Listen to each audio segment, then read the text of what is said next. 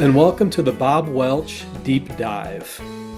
I thought it would be fun to go through Bob's solo albums and the albums that he recorded in bands other than Fleetwood Mac and do basically a track-by-track analysis of his solo work. I'm not going to talk about Fleetwood Mac all that much in this video. I feel like a lot has already been said about that band, including the Bob Welch era. So my focus is going to be strictly on Bob's albums outside of Fleetwood Mac. And to give you a little background on my fandom, I became a fan of Fleetwood Mac in the early 90s. And originally I was just aware of the Buckingham Nicks era and all of those hits and recordings. And they were great, but I'm always interested in learning as much as I can about bands and really diving into their discography. So I did research and learned all about the different lineups and albums that came before Buckingham Nicks. And it was amazing because it was like discovering a whole new band.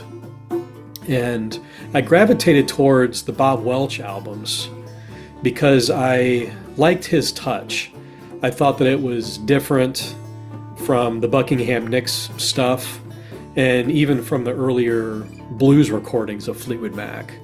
I thought Bob had a unique kind of R&B jazzy touch and, a laid-back way of singing, and I just really liked his songs and all of his albums in Fleetwood Mac. And so that got me interested in his solo stuff. I knew that he had 6 solo albums that he recorded after he left Fleetwood Mac, so it became kind of a mission to find all of them.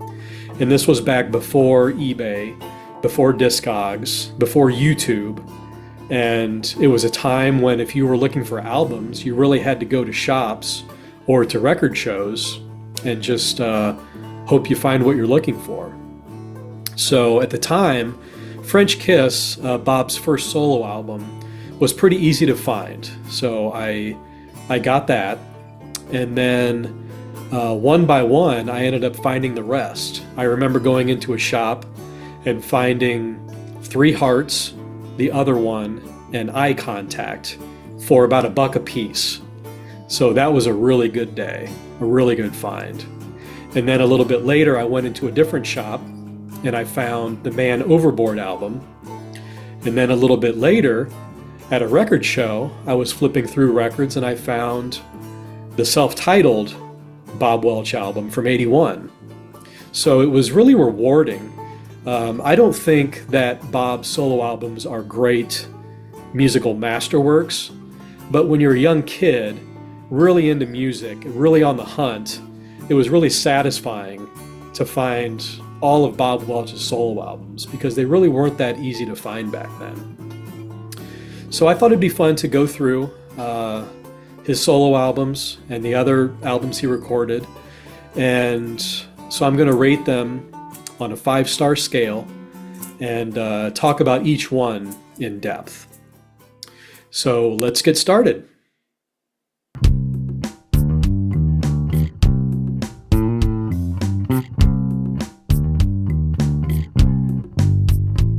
Okay, we're going to begin the Bob Welch deep dive with this album. And this is Head West, released in 1970. And this album only came out in France. I think there was also a Canadian pressing of it that came out a little later. But this album still hasn't been released in the US. So it's a bit of a collector's item, and it's not that easy to find. There was a reissue of it a couple years ago by a French label, and I think there are still copies available online that you can snag if you're interested in hearing this album. There's the back cover. So Head West is the band that Bob Welch was in before Fleetwood Mac and after he was in a band called the Seven Souls. And Head West is Bobby Hunt on organ and vocals, and Henry Moore on drums and vocals. And those two guys sing most of the songs on this album. And Bob Welch covers all of the guitars, and he also covers the bass guitar. So it's a pretty tight R&B, funk rock kind of sound from the late 60s. I would say in a Sly Stone vein. Also maybe a little similar to the Chambers Brothers. It has a loose, kind of psychedelic sound to it at times. And I feel like the grooves on this album are a lot more important than the songwriting and hooks and trying to come up with songs that could be on the radio. They're all really good songs, but to me, it seems like they're more based on funky grooves and riffs. Like the title track, which opens the album, there's a little bit of vocals going on, but really it's mostly just a cool groove. There's a song called Tired of Hanging On that's a little bit longer. I think it's about 6 minutes, and it has a drum solo in it. So there's a looseness and a fun to this album. And it's definitely different than Bob's later pop-oriented stuff that you hear on his solo albums. The songs were all written by different combinations of the band members, and there are 2 songs that were written solely by Bob, and I wanted to talk a little bit about each of those. The song Someday is basically a mood piece, and it's got Bob singing the lead vocal. It's his only lead vocal on the album, and I'm pretty sure it's his first recorded lead vocal with any band. So historically, it's kind of interesting. And I think the song, it kind of has a Bermuda Triangle feel to it. It's moody and atmospheric. It also has kind of a Latin flavor to it. And it really is more of a mood piece than anything. There are some lyrics, some vocals, but it's all about the atmosphere. And that's one thing that Bob did really well with his songs. The other Bob Welch song is called Star Child, and Bob didn't sing the lead vocal on this song, but whichever guy sang it really gives it a lot of feel, gives it a lot of soul, and it's kind of a laid-back R&B soul tune. The main hook of the song is the lyric "Star Child Number 1," which I feel fits in with Bob's kind of spacey, atmospheric vibe. The production credit on the Head West album goes to Starchild Music. And I was thinking Starchild Music was an actual production company in France, but since there's a song called Starchild written by Bob, I assume that this is just the band. So essentially, the album is a self-produced effort. I wanted to give special mention to a couple of other items from this era. The first is this single, and this was actually released in 1969, so this came out before the Head West album. And I really wish that the song Victoria had ended up on the Head West album, because it's a great song. And it's in 6/8 time, so it's got a little bit of a waltz feel, and it's slower. It's kind of like a slow burn soul tune, but I think it's a really strong song. And the B-side is Changes from the Head West album. I think it's the same recording, just remixed a little bit. The other item I wanted to mention from this era is this single by the Seven Souls, which I believe was Bob's first band. And this single contains I Still Love You and I'm No Stranger, which is actually a Bob Welch co-write. He wrote it with Henry Moore, who also ended up in Head West. But this is a great single if you can get your hands on it. Just great soul from the mid-60s. I'm going to give the Head West album 3 stars, and it's a high 3, a strong 3. There's a lot of really good grooves, good riffs on the album. It's R&B and funk oriented, so if you like that side of Bob, I would definitely hunt this album down. And historically, it's interesting too. If you're interested to hear Bob's roots and to hear his foundation in R&B, funk, soul, definitely worth finding. Before I go into the Paris albums, I wanted to talk briefly about a couple items that I think are pretty interesting, and this is from before Bob Welch joined Fleetwood Mac. And the first is this single by Winston Gray, and the A-side is called Cherokee Sun, and the B-side is Lily Fields. And interestingly, Cherokee Sun was written by Bobby Hunt, a guy named Thurman Binkley, and Bob Welch. And Lily Fields was written by Henry Moore. So this is kind of a Head West side project. Starchild is credited with production, but there's no musician credits on the sleeve, so I wonder if any of the members of Head West, or all of them, actually played on this recording. Cherokee Sun is a very cinematic song. The lyrics kind of paint a picture of the southwestern U.S. The production is pretty dated. It has some heavy orchestration and horns happening, and it's reminiscent of late 60s pop hits that didn't really age very well. But it's a little bit funky in the rhythm section. Winston Gray has an okay voice. It's nothing special, but I think this is interesting because it's basically a Head West song, performed in more of a contemporary pop style. And the song Lily Fields follows in the same style. There's orchestration and horns on it with that dated late 60s sound. But if you strip that all the way, Lily Fields could work as a soul tune. There's some cool organ riffs towards the end. So, interesting little side street from the Head West era. The other item that I wanted to discuss really quickly is this self-titled album by Bluebeard. And this was originally released only in Italy and the UK back in 1971. And this copy is a really nice reissue that was done by Specialty Records in the UK. And this came out in 2010.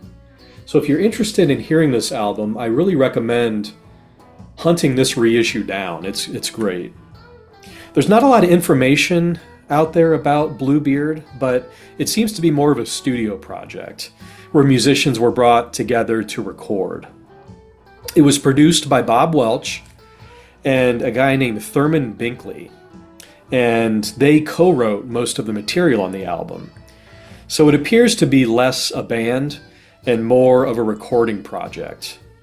And Thurman Binkley also co-wrote Cherokee Sun, the Winston Gray single, and he's also credited on Victoria, the Head West song. So there was some kind of association or collaboration with Bob and with Head West. And I don't know much about Thurman Binkley, but if anybody does, please leave a comment because I would be curious to learn. So this album is kind of in the vein of like a Three Dog Night. I think the opening song Sly Willy sounds a lot like Crowbar, the old Canadian funk rock band from the late 60s and early 70s. There's a song Oh What a Feeling by Crowbar, and Sly Willy to me fits right in with that kind of vibe. There's a song Baby I Need You that has some soul influence to it. I think the song Too Many People on this album Definitely has shades of Lay It All Down, the Fleetwood Mac song from Future Games that Bob wrote. It has like a driving R&B feel to it. And to me, it sounds a lot like Lay It All Down. There's a song called Countryman that's a really nice hybrid of folk and soul. To me, it sounds like the band. There's a song called Butter Queen, which is kind of boogie or bougie, if you like. I'm not sure I want to know what the lyrics are about in Butter Queen. There's a song called Desire that's kind of psych rock with some dramatic vocals. So this is an interesting album if you're interested in really deep diving the Bob Welch discography, and also if you're interested in private press music. And that's just an umbrella term for it's the original independent music of the 60s, 70s, and 80s, when local bands that weren't signed, if they wanted to put out an album, they would find a local studio to record, and then they'd find a local pressing plant to press up some albums. And most of the sought-after private press albums are kind of oddball or outsider in one way or another. And so, this is a quirky album, and I would put it in, with the private press universe.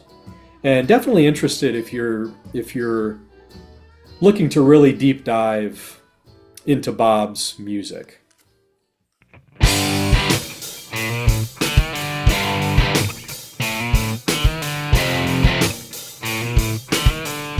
Okay, next we're going to talk about the Paris era.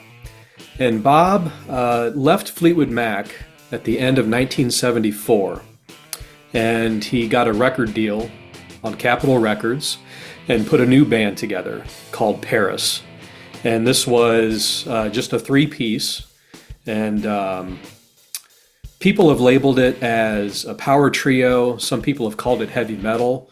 I think heavy metal is kind of a stretch, but it's definitely loud hard rock for sure, especially the first Paris album. There were two Paris albums, and the first one is self-titled, and it was released in 1976.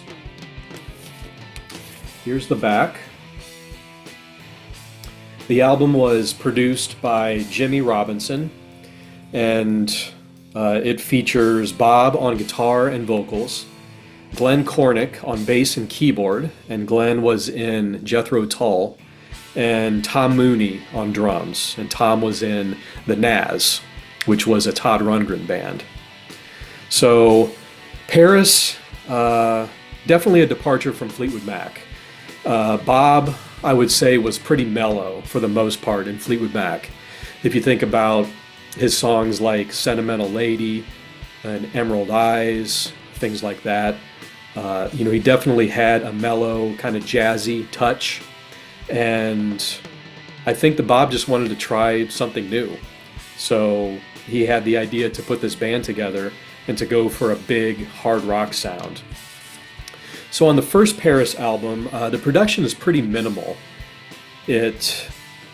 Occasionally you'll hear a double track vocal, or sometimes there'll be some vocal harmonies, sometimes a keyboard part here and there, but for the most part it's just guitar, bass, and drums, big loud rock with a lot of screaming vocals from Bob. And the album opens with a song called Black Book, and it really sets the tone for the album. It's a short punch in the gut, really, just a hard rock, good hard rock song. And it also has pauses in the verses where the band will drop, there'll be a line, Bob will sing a line, and then the band will pick back up. And that happens, several times through the song. And I feel like that's kind of an R&B, kind of a soul trick. So, I think Bob kind of lifted that trick from that genre and applied it to hard rock. On the song, Bob screams like Robert Plant, and I think he does it pretty convincingly. It's along the lines of like a Mississippi Queen, kind of crunchy hard rock from the mid '70s, I would say. So Black Book, great opener. The next song is called Religion, and Religion is basically Bob rewriting Black Dog by Led Zeppelin. And I think that he did it in a way where he didn't really try to hide it, because it's very obvious that it owes a lot to Black Dog. And the song isn't Black Dog, but I think the song sounds great. I mean, it's just, it's a lot of fun. It sounds huge. It goes on for a really long time, and in the middle of the song there's a bit of a jam, and then eventually the song devolves into just noise. And so I think that Religion and Black Book are definitely the head-turning songs of the album, and they were put, right front and center at the beginning of the album. So the next song is called Star Cage, and Star Cage has a cool kind of synthy line running through the whole song, and it kind of sounds like a Kraftwerk kind of electro thing going on. And there's also a tambourine shaking through the whole thing. So it has a different vibe than the first two songs. I would say it's more funky. It's got a lot of great Bob Welch little guitar riffs and little solos in the verses and the choruses. And I would say it's more funky than hard rock. The next song is Beautiful Youth, which is a little bit slower, but kind of more back into the hard rock territory. And I think that the riff of Beautiful Youth sounds a lot like the Fleetwood Mac song Born Enchanter that Bob did with Fleetwood Mac. So to me it sounds like Bob kind of recycled and repurposed that riff and used it on Beautiful Youth, again adapting that into a hard rock setting. But great song. And then Nazarene closes side one, and it's got a signature kind of Bob Welch vocal delivery. Even though it's loud, raucous hard rock, Bob sings it in his kind of signature way, I would say.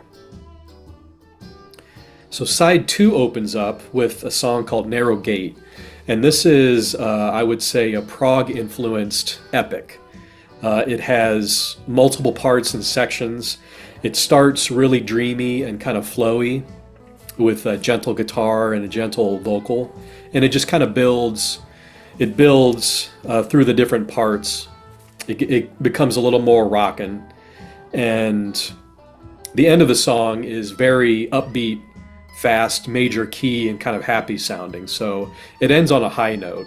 I don't think his strong suit was this kind of stuff, trying to do like a prog epic, but I actually admire him for giving it a try, because it seems like Paris in general was Bob trying something different, and Narrow Gate is kind of exemplifies that wanting to stretch out a little bit. And also towards the end of the song, he sings, good things come to those who wait, but don't wait too long. That lyric was lifted from an old Fleetwood Mac song called Good Things that was intended for Mystery to Me, but got dropped at the last minute. Next is Solitaire, which I think is one of the stronger songs on the album. It has the recurring lyric, take me out to the open spaces. And I think to me it sounds like a genuine Bob Welch song and lyric, because it talks about wanting to get away from the hustle and bustle. And so if you think about the song called The City from the Fleetwood Mac album Mystery to Me, lyrically and thematically, it aligns with that song, just wanting to get away and get out to the open spaces. And Solitaire is very, I'd say, major key and upbeat. So I think it's one of the better songs on the album. Next is a song called Breathless, and Breathless is very sinister sounding. It's sludgy and a little slower. It's got a riff that's really heavy and dark, and Bob also hits some really high notes towards the end of the song, which is always great. And the outro of the song has some kind of cool kind of jazz chords and some offbeats, and just the way that it sounds. It's definitely a Bob Welch thing to throw something like that into a song that's just, rocking all the way through, and then at the end hit you with kind of an almost jazzy kind of ending. So it's really cool. The next song, Rock of Ages, is about rock music. So I guess every hard rock and heavy metal band eventually will write a song about rock music. So it's a cool song. I would say if there's a weak song on the album, it's probably Rock of Ages, but still cool. And then the album ends with a song called Red Rain, which I think is a pretty strong closer. There's some tricky time changes in the song. It's got a really cool arrangement. It kind of starts a little slower, but then it really builds later in the song. It gets kind of faster. And there's also some funk in it, which I think is signature Bob. So the album ends on a really strong note. I think Red Rain is great. So I would give the self-titled Paris album 4 stars. I would say a low 4, but still it's just a really fun record. It's loud, exuberant. Bob really goes for it on the vocals, and I think that he wanted to try something different, and I think that he succeeded.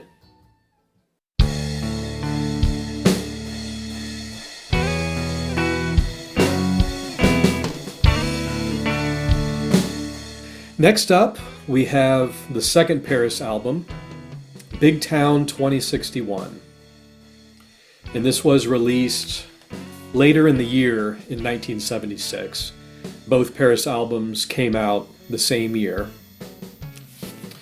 And we have a lineup change on this album. It was produced and engineered by Bob Hughes. And we have Bob on guitar and vocals. Glenn is back on bass and keyboard.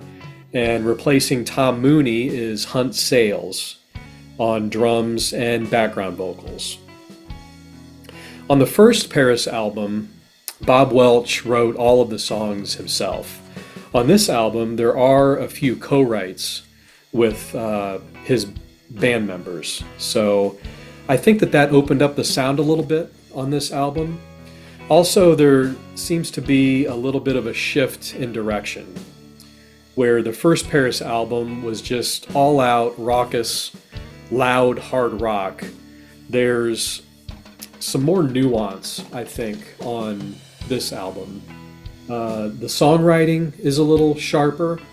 Hunt Sales' background vocals, I think, add a whole new texture and a new dimension to the sound. And I think that this is the better album by Paris. And this is actually, I would say, easily in my top 3 of Bob Welch albums. So the album opens with a song called Blue Robin, and Blue Robin is, the guitars are toned down a little bit. You can already tell there's a little bit of a change in the sound. It still has a hard rock feel to it, and it still has a big sound. The drums sound big, the guitars sound pretty big, but it's less raucous than the first Paris album. And I thought that when I heard the background vocals that it was actually a woman singer, because Hunt sings in a pretty high-pitched voice.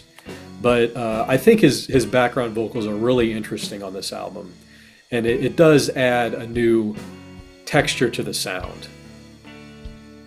So next is the title track, Big Towne 2061, and this is a slow funk rock song. Very atmospheric. Right from the beginning of the song, you have these synth sounds happening. So it has kind of an outer space futuristic feel to it. Pretty classic Bob Welch vocal delivery and slow funk rock burn. So really strong song.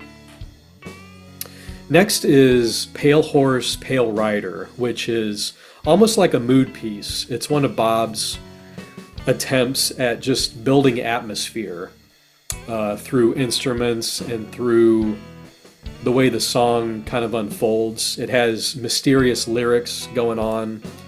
I would say it's more funky than hard rock. And it's got a high-pitched synth line that runs all through it that gives it kind of a unique flavor. Next is New Orleans, which has a guitar riff that's similar to the title track. And it's another funky, solid song. Some good background vocals from Hunt in there. And then the first side closes with Outlaw Game. I think this is one of the stronger songs on the album. Again, it has a spacey kind of feel with the synths. And it's got a really cool chorus where there's distinct background vocals happening, and there's also Bob's lead vocal, and they kind of interplay and intertwine in a really interesting way. And I think the song also builds really nicely through the verses and builds and releases in the chorus. And I think it could have been a Fleetwood Mac song, maybe on Heroes Are Hard to Find or something. It has that kind of vibe to it. And Bob's doing his thing on guitar, some signature Bob Welch runs and lines. So I really like Outlaw Game. I'm also a big fan of the song that opens up the second side. It's called Money Love. I actually think that this is it's definitely my favorite Paris album cut. I don't think Money Love was a single, but it's my favorite on the album, actually. It's super upbeat and super funky, really fun. It's got some R&B moves. There's really cool vocal interplay between Bob and Hunt Sales. There's some well-placed percussion in different parts of the song. And I think Bob is really in his comfort zone vocally. There's stops at the end of the chorus, kind of like an R&B tune, like I mentioned with Black Book on the first Paris album. Bob kind of uses that trick here again too. Just a great song. The next song is Heart of Stone, which I think could have been a single. I don't think that it was, but it's a pretty poppy song, and it's got a really prominent disco beat with open hi-hat, and there's also a really cool 3-note riff that runs through the breaks and the verses of the song. And it's a circular riff, and it's 3 notes. So if you pay attention to that riff and where those notes end up falling throughout the verses, it's actually really cool, and it's a real simple kind of trick. And so I think that's kind of clever, and I really like Heart of Stone too. Slave Trader is the next song, and it opens up with some really cool Bob Welch jazz guitar runs. He just kind of opens it, just playing the guitar solo like he's kind of warming up before playing a show or something. And again, this song is really spacey, and it's very mellow and kind of jazzy. There's congas instead of full drums. Some really nice guitar in the breaks. There's some high-pitched synths going on, and I feel it has kind of a psychedelic vibe too, because there are some parts where Bob's vocal is double-tracked, but he doesn't match his phrasing on some of those parts, and I think that was done intentionally to give the song kind of an off-kilter feel to it.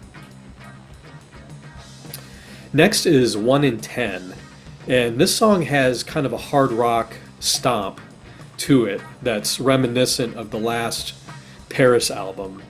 But if it was on the last Paris album, it would have been more full bore, loud, really go for it kind of energy, whereas here it's more funky and a little more nuanced.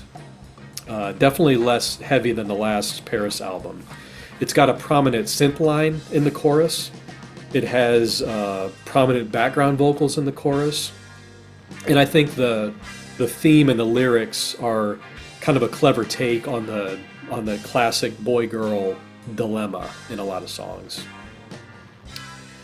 The album closes with a song called Janie, and Janie is similar to Narrowgate from the last Paris album in that both of the songs are attempts to do a prog-influenced epic. I think that worked better on Narrowgate because that song had different parts and sections that sounded different from each other, and it ended on a really high note with that really upbeat outro. Whereas Janie, it starts out really synthy and really dreamy, almost like you're listening to Jazz Odyssey or something. And eventually some mellow guitars enter and the vocal enters, and it picks up a little bit with the drums, but it's more static than Narrowgate, and I don't really think that it's worthy of its length. It goes on for a little longer than 7 minutes, and it kind of ends the album kind of on a weak note, unfortunately. It's still a cool song. I don't think it's a strong closer for the album, but if you have to pick a weak song on this album, Janie would be it. All the other songs are, I think, really strong. This is a really good album. If you like Bob's harder edge stuff, the first Paris album is really good, but this album I think is better. I think the songs are better, the approach is better. It still has that big rock sound that the first Paris album had, but I think it's just got stronger material on it. And Hunt Sales, adds quite a bit more to the sound. The keyboards and synth parts that are more prominent on this album give it a little more depth. So I'm going to give Big Town 2061 an easy 4 stars. I would say a high 4 stars. Easily in my top 3 Bob Welch recordings.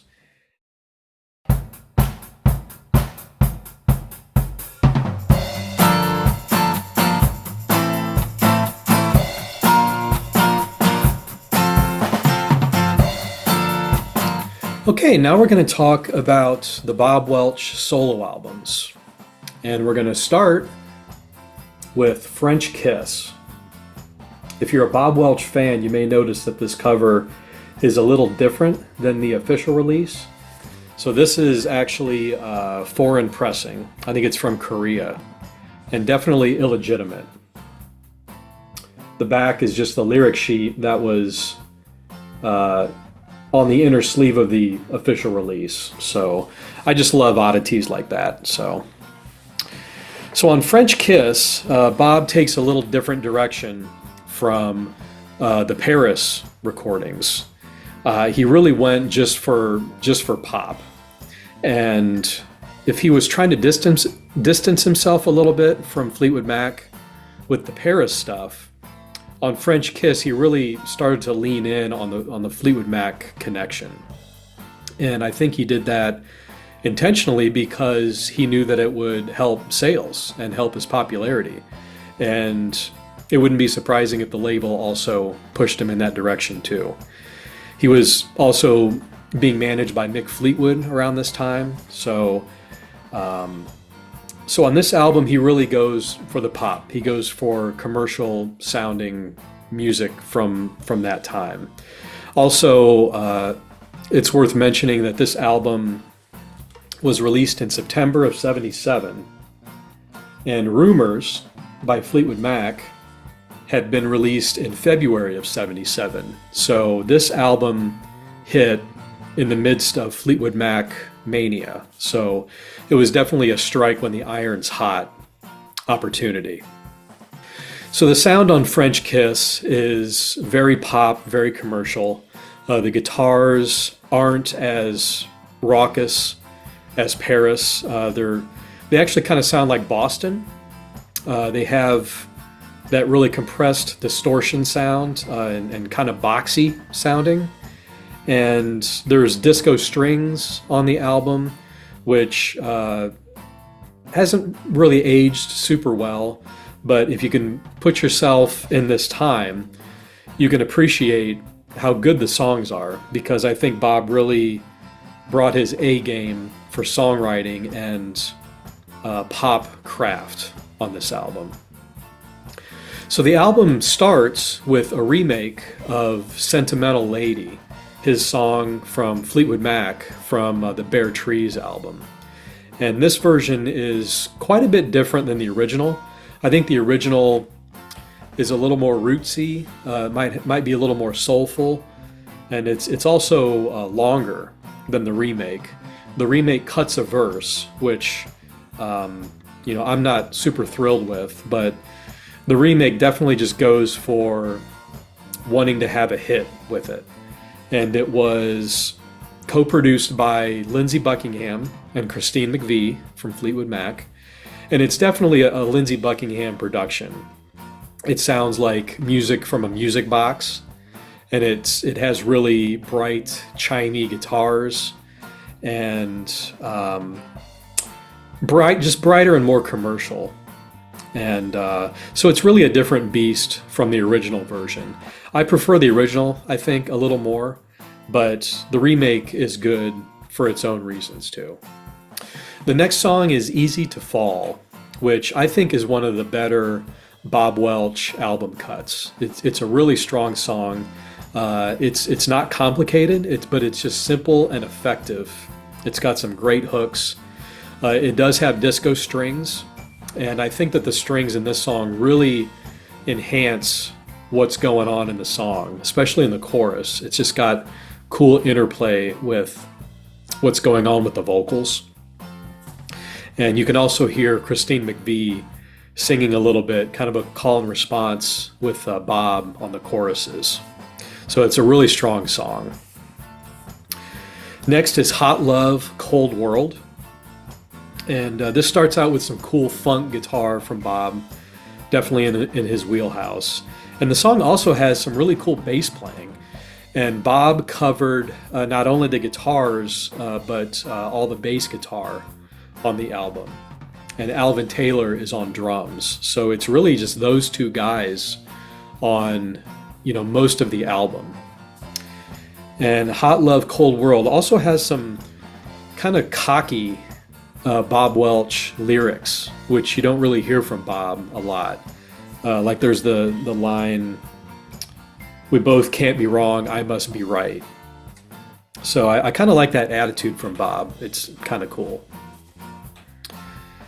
The next song is Mystery Train, which is, I would say, more on the pop than the rock side. But it's still a good song.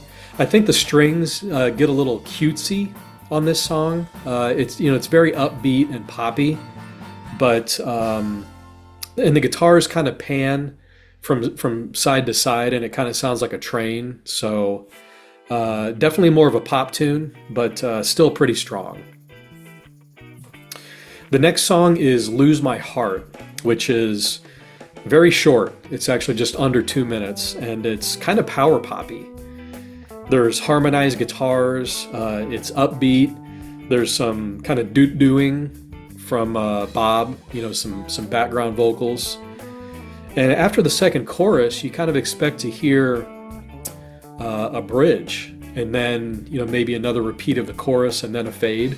But the song just fades after the second chorus. And I kind of like that. I like it when songs end when there's nowhere else to go and when there's nothing else to say, instead of artificially prolonging it, just to get it to like 3 minutes or 3.5 minutes. So I kind of like that sensibility about that song and about the album in general. And then the side ends with Outskirts, which is one of Bob's kind of story songs. It's kind of cinematic with the lyrics, and it's about some kind of criminal activity or shady business happening. So I think Bob can really paint a picture with lyrics. So I like his story songs. If you think of things like Hypnotized and Bermuda Triangle, this song kind of fits in with those songs as far as the lyrics. And the music is also a little shady, so it matches the words because the whole song is kind of dark. And there's also a vibroslap that happens throughout the song that's kind of the rattlesnake sounding percussion instrument. And that also gives it kind of a spooky atmosphere. So side 2 opens up with Ebony Eyes, which is one of Bob's biggest solo songs. And I think that everything is perfectly placed on this song. The production is spot on. The disco strings enhance the song instead of distracting. It's very ELO-ish. It kind of sounds like Electric Light Orchestra. And I think it's just prime Bob Welch. It doesn't sound forced. The hooks are really big. The song builds nicely. And it's just a great single and a great song. The next song is a little interlude that's called Lose Your. And this is actually kind of related to the song Lose My Heart on the first side of the album.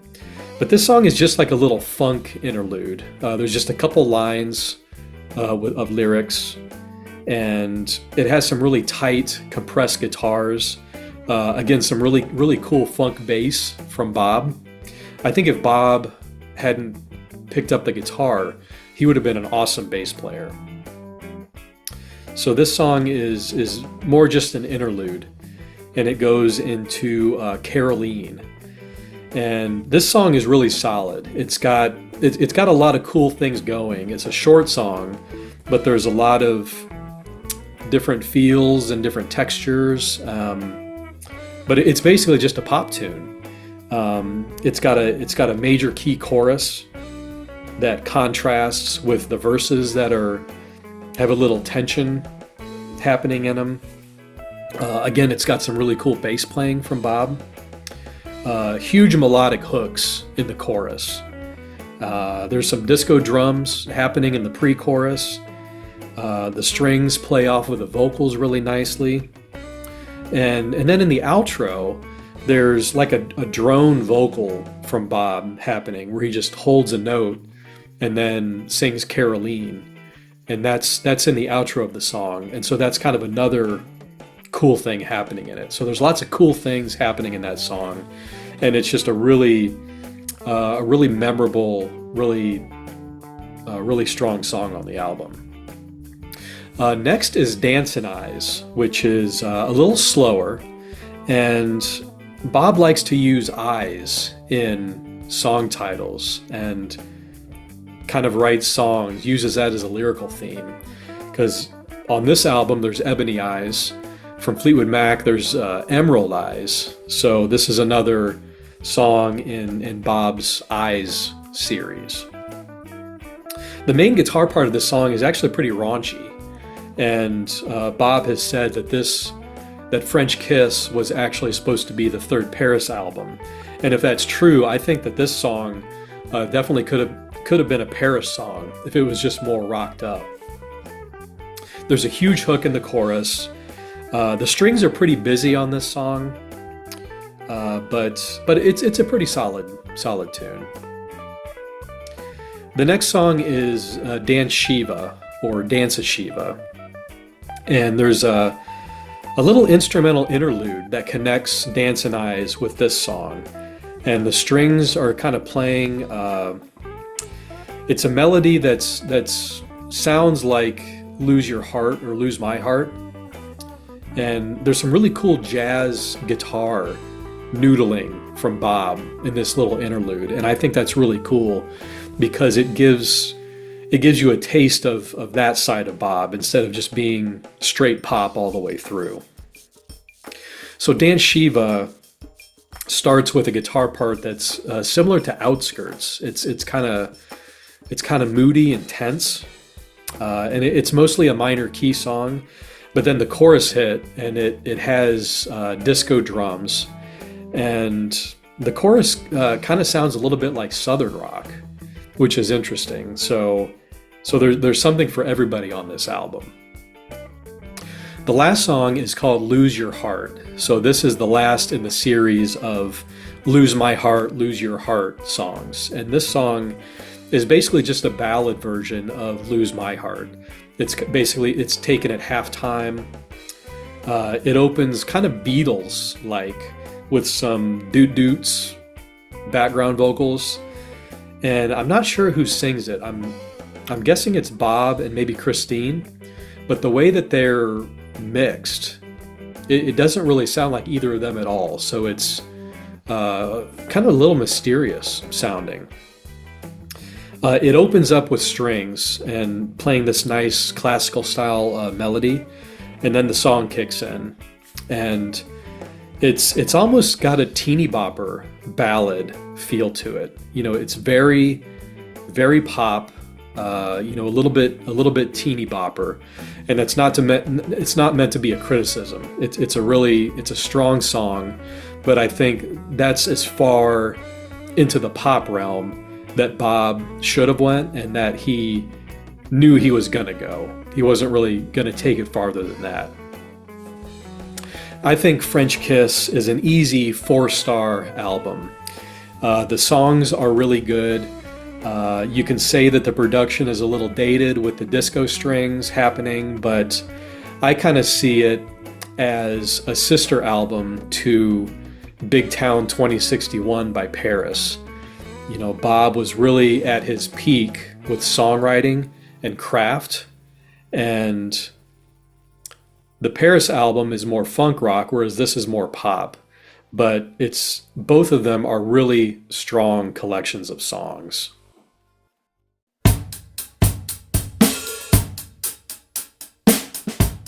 So our next album is Three Hearts, and I'm holding up the CD booklet of this reissue because I actually don't have Three Hearts on vinyl anymore. But this is a great reissue. It's got French Kiss and Three Hearts on one CD, and this was put out by Edsel Records in 1998. So you can tell by the cover of Three Hearts that it was basically meant to be a French Kiss Part 2. They weren't going to stray too far from the formula of going for commercial sounding pop music. It sounds pretty much identical to French Kiss. I think the drums sound a little better on Three Hearts. I think they have a little more punch to them.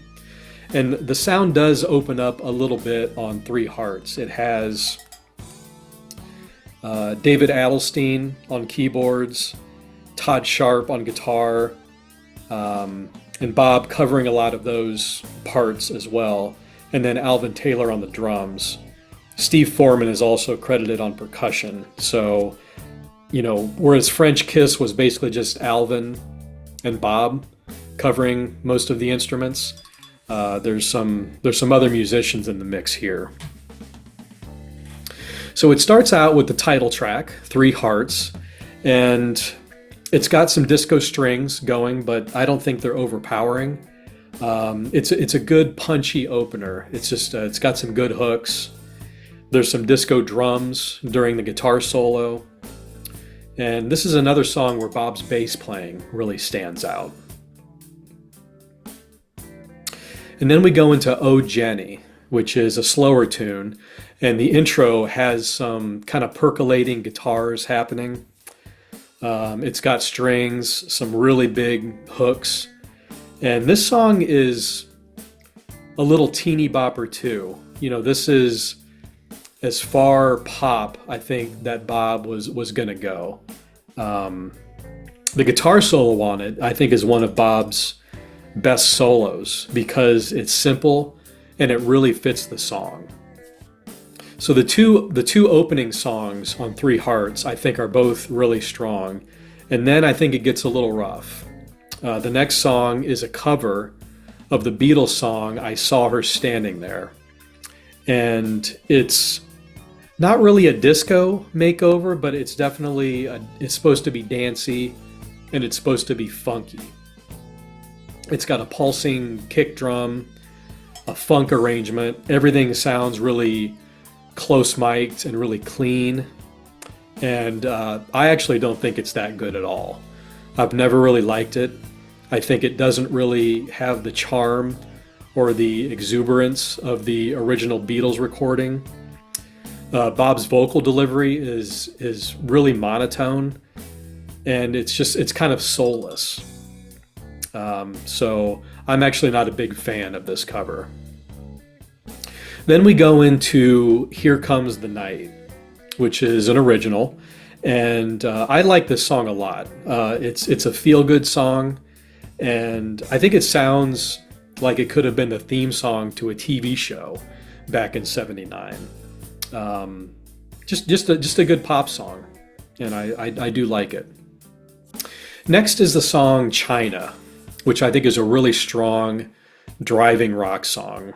There's some really cool guitar stuff happening in the intro before the verse kicks in.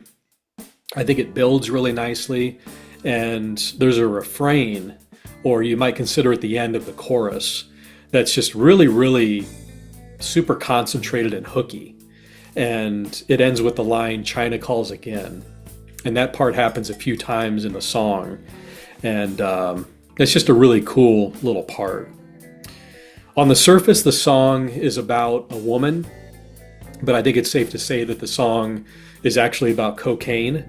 And there's one thing I don't really like about the song, and I think it's the last verse that ends with the line, I belong to China now. And I think at the time it was meant to be kind of a tongue-in-cheek, kind of clever, double meaning kind of line. But when you consider that Bob actually went through some substance abuse issues in the 80s, that line, in hindsight, just kind of rubs me the wrong way now. The last song on side 1 of the album is The Ghost of Flight 401.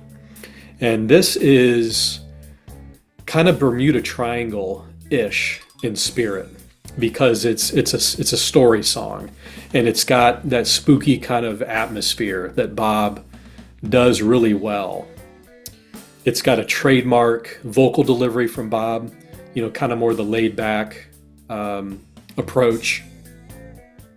And it's got a dark and moody kind of atmosphere. The drums are really minimal. It's got a prominent acoustic guitar part in it. And I think it's kind of an anomaly on this album, because the album really goes for the pop, whereas this song is really atmospheric, and it kind of harkens back to earlier Bob Welch stuff, like Hypnotized, Bermuda Triangle, and songs like that. So the second side opens with Precious Love. And Precious Love was a big hit for Bob. It was actually his last big solo single. And I think they tried to go for a Phil Spector kind of sound with this song. It's got church bells going all through it. There's strings, there's lots of guitars in the mix. And the vocals, especially in the chorus, are kind of buried. So I think they were trying to go for a wall of sound kind of vibe on this song. And I think it's a good pop song, but it's also kind of fluffy. There's not a lot to it. So maybe they were trying to dress it up with production and kind of a Spector-ish kind of sound.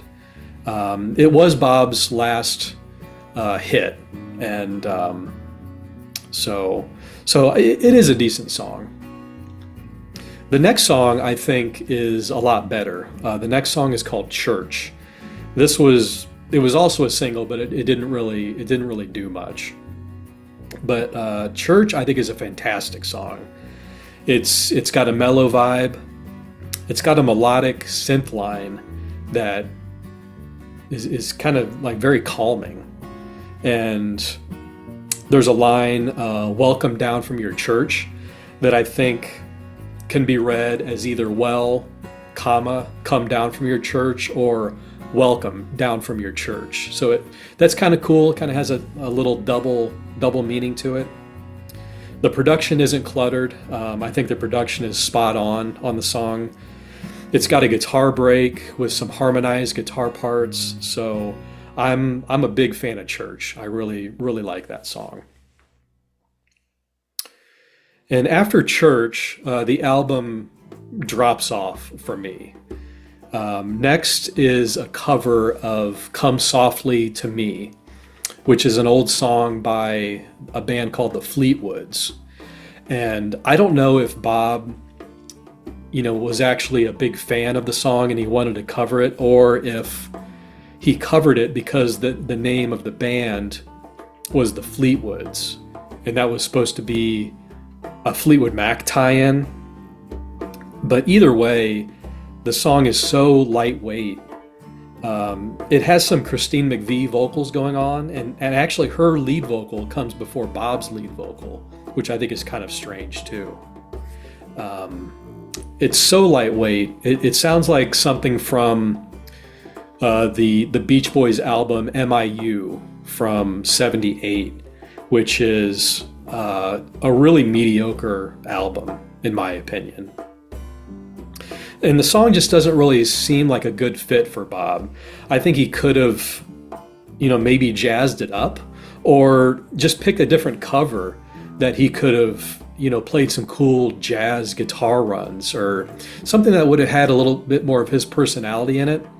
This song is just really lightweight, and it really does nothing for me.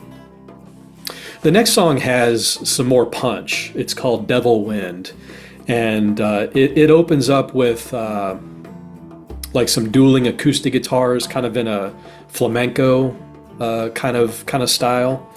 And then it opens up and it's pretty minor key and dramatic. The chorus, I think, is good and punchy. But as a whole, the song isn't terribly strong, I don't think. Stevie Nicks is actually on the outro, doing some ad-lib vocals, but I don't think they're very impactful, other than to be able to say that this album features Stevie Nicks. The next song is called Don't Wait Too Long, and this is a repurposed version of a song called Good Things that I had mentioned earlier. And Don't Wait Too Long, I actually really like a lot. It's easily one of the stronger songs on the second side of this album. It's got a funky beat. It's simple. It's got kind of a Latin-y beat going on. Christine McVie can be heard on vocals again in the choruses. And it's got kind of a cool mellow break with flutes, which was probably actually keyboards. But the song really breathes, and because it's reimagining or repurposing of an old song, I feel like it has that authentic Bob character to it. It sounds genuine to me. The album closes with a song called Little Star, and Little Star opens up really promisingly. It opens with this really trashy, distorted guitar riff. But as the song wears on, like Devil Wind, it's not terribly memorable, and the lyrics are pretty weak. The lyrics are, just a lot of cliches, and it kind of ends the album on a weak note. I feel like this style, this really commercial pop thing that Bob was going for, it was obvious that it kind of ran its course. By the second side of this album, it really gets kind of rough, and this song just goes on for a little while, and then it just fades into the darkness. And so a weak closer to kind of a shaky album. I think Three Hearts is a 3-star album.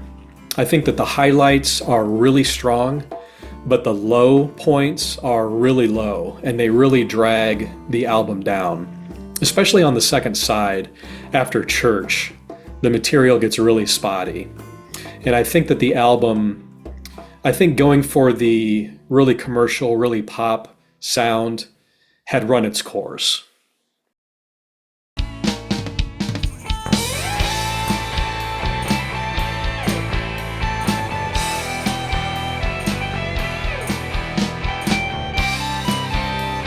Our next album is called The Other One. This was released at the end of 1979. And I really love this CD reissue. I like it when labels do a full replica of how the original album, the original LP looked. This is how the inner sleeve looked exactly. I used to have this on vinyl, but not anymore. But this was released by Universal Music Japan, the CD reissue, and I highly recommend tracking these down if you're interested in Bob's solo work. They also put out the 2 Paris albums, and in addition to the cool packaging, the sound quality is amazing on these CDs.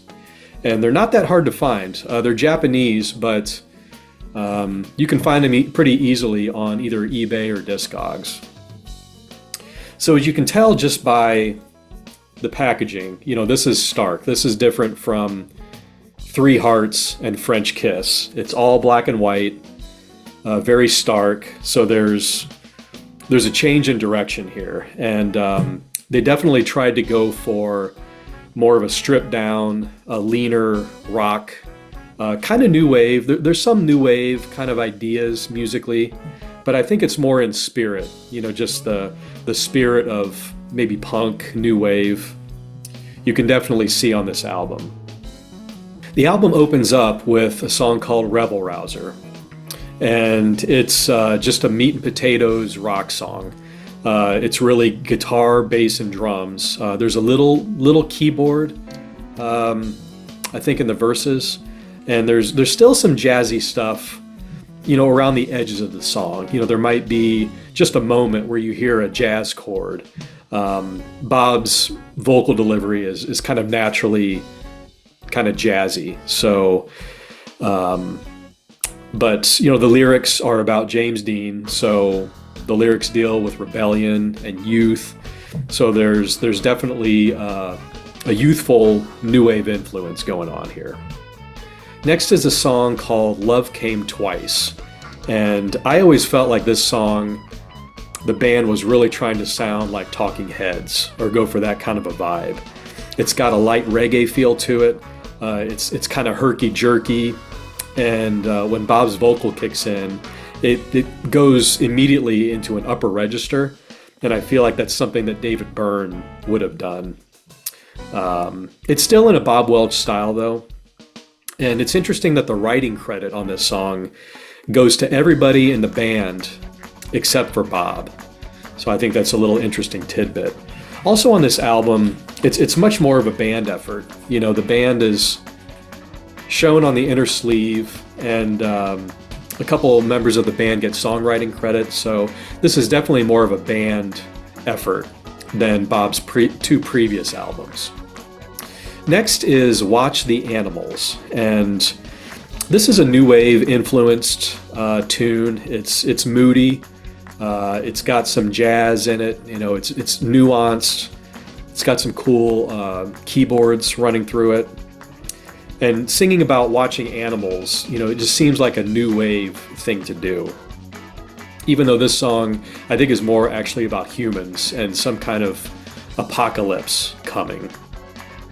The title of the album also comes from a lyric that's in the chorus of this song. Then we have Straight Up, which is a Bob Welch tune, and it's a little reminiscent of Starcage from the first Paris album. It's a driving rocker, but it also has some heavy keyboard and synth sounds to it. On this song, it almost sounds kind of Brian Eno-ish. But it's a good rocker. I think it's got some attitude and punch to it. The lyrics are kind of defiant, so this is a strong rocker from Bob to me. The first side closes with Hideaway, which is a tune that's written by Todd Sharp, which is the band's guitarist. And it's a great, straightforward rocker. It's got some big hooks. I think it could have been a single. It has regular time and halftime parts, so there's a cool dynamic there. The chorus is really simple but effective, so I think this should have been the single for the album. The second side of the album opens up with Future Games, which is a remake of the old Fleetwood Mac song. And it's way different than the original version that Fleetwood Mac did. First of all, it's way shorter. It's less atmospheric, I would say. It's slightly jazzy, but not as much as the original. And the chorus of the remake is especially different. The melody is pretty much totally reworked. It's okay. I do like the starkness and the simplicity of it, but it's not as good as the Fleetwood Mac version. The next song is called One on One, and in the title, all of those words are mashed together, which is kind of a quirky new wave thing to do. Some people may see the song as a throwaway. It's mostly instrumental, but in the context of the album, I think it works. It's slightly funky. It has some really good acoustic guitar soloing happening, and it's fun, and I like it. I think it fits the quirky new wave influence of the album. Next is Don't Let Me Fall, and this song is mellow, almost R&B sounding. It has a cool electric piano, real mellow part running through it. It's got some cool little guitar lines. Kind of sounds like George Benson. And to me, it sounds very commercial. And this song was a single, but unfortunately, it didn't really do anything, which I think is a shame. Next is Spanish Dancers, and this is a pretty intense rock song. It's got some synths in it. I think it has some interesting changes. It's not prog rock, but there are a lot of twists and turns for a pop rock song. And I think it's a solid rocker. It's not as balls out as, say, the first Paris album. It's more measured, and there's a vocal harmony part that happens towards the end a couple times that's a little bit operatic, like Queen. It's kind of low in the mix, but if you pay attention, that's kind of a cool little addition to the song. And then the album closes with Old Man of 17, and it follows in a similar vein as Spanish Dancers. It's a little slower, a little more moody. After the first verse, the band drops, and there's a really cool solo guitar riff. It doesn't last long, and then the band kicks back in. But I wish there were more moments like that on the rest of the album. It's kind of a head-turning moment just to hear this stark, kind of raw guitar thing. The outro is pretty intense. There's some cool guitar soloing and some pretty cool vocal ad-libbing from Bob. I'm going to give the other one 4 stars. I think that the fun factor is really high on this album. I think it was bold of Bob to go in a new direction with the starkness of the packaging, being more stripped down in the sound.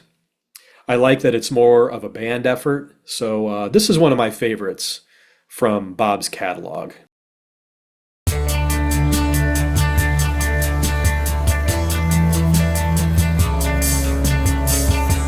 Next we have Bob's 4th solo album with Capitol, and it's called Man Overboard. Released in 1980, produced by John Carter, and again, these CD reissues from Universal Music Japan are awesome because this is a perfect replica of the inner sleeve of the LP. We got the lyrics and credits. And they even went so far as to replicate the hype sticker on the original LP. Includes the hit single, Don't Rush the Good Things, which actually wasn't a hit single. So on this album, I think Bob gets a little feisty. I think there was probably some label pressure to go back to more safe, pop-oriented material. The other one wasn't really a commercial success, so I think there was some pressure, and There's some experimental material on this album, and there's a tension between that and the more poppy stuff, and I'll kind of explain that in more detail. The album opens up with the title track, Man Overboard, and the song opens with these strings that sound like they're from a horror movie, like something you would have heard in Psycho. And then the song unfolds, and it's basically just an oddball new wave tune. There's some cool double track drums that happen, and there's a couple parts where there's just a single piano note playing over and over, and that also sounds like it's from a horror movie. Bob sings the first part of the first verse off key. So the very first vocals you hear are just, they already have an off-kilter feel to them. And I think he did that intentionally, to maybe be a pain in the ass for people at the label, just pushing him to just be more conventional, be more pop. The song is about consumerism and excess. And when I was a kid, when I first heard this album, I thought that it was just a new wave punk thing to sing about being bored. And there's a double meaning in the title of the song, Man Overboard. The first image that might come to mind is somebody on a boat going overboard. But Bob turns that into being bored. And so there's some gang vocals on the song that, sing about we're overboard. And I think there's a really telling line in the break of the song where Bob sings, I'm bored over you, I'm bored over me, I'm overboard, way overboard. So he's repeating, this idea that he's so bored. And especially the line, I'm bored over me. To me, that indicates that he's kind of bored with the kind of music that he's been doing, especially earlier in his solo career with, the hits, the really commercially successful stuff. When he says I'm bored over me, to me that means that he's getting a little bit restless, maybe frustrated with being part of the machine, having to churn out pop songs. The next song is called Justine, and I think that Justine is one of Bob's best songs, and it's actually my favorite song on this album. I just think it's a classic Bob Welch song. He opens it up with a cool guitar riff, and the production is busy. There's probably 3 or 4 keyboard parts going on through the whole song. There's saxophone, there's background vocals, and Bob's lead vocal is actually kind of buried. And I think that the wall of sound production actually works really well here. It's a little reminiscent of what they tried to do with Precious Love.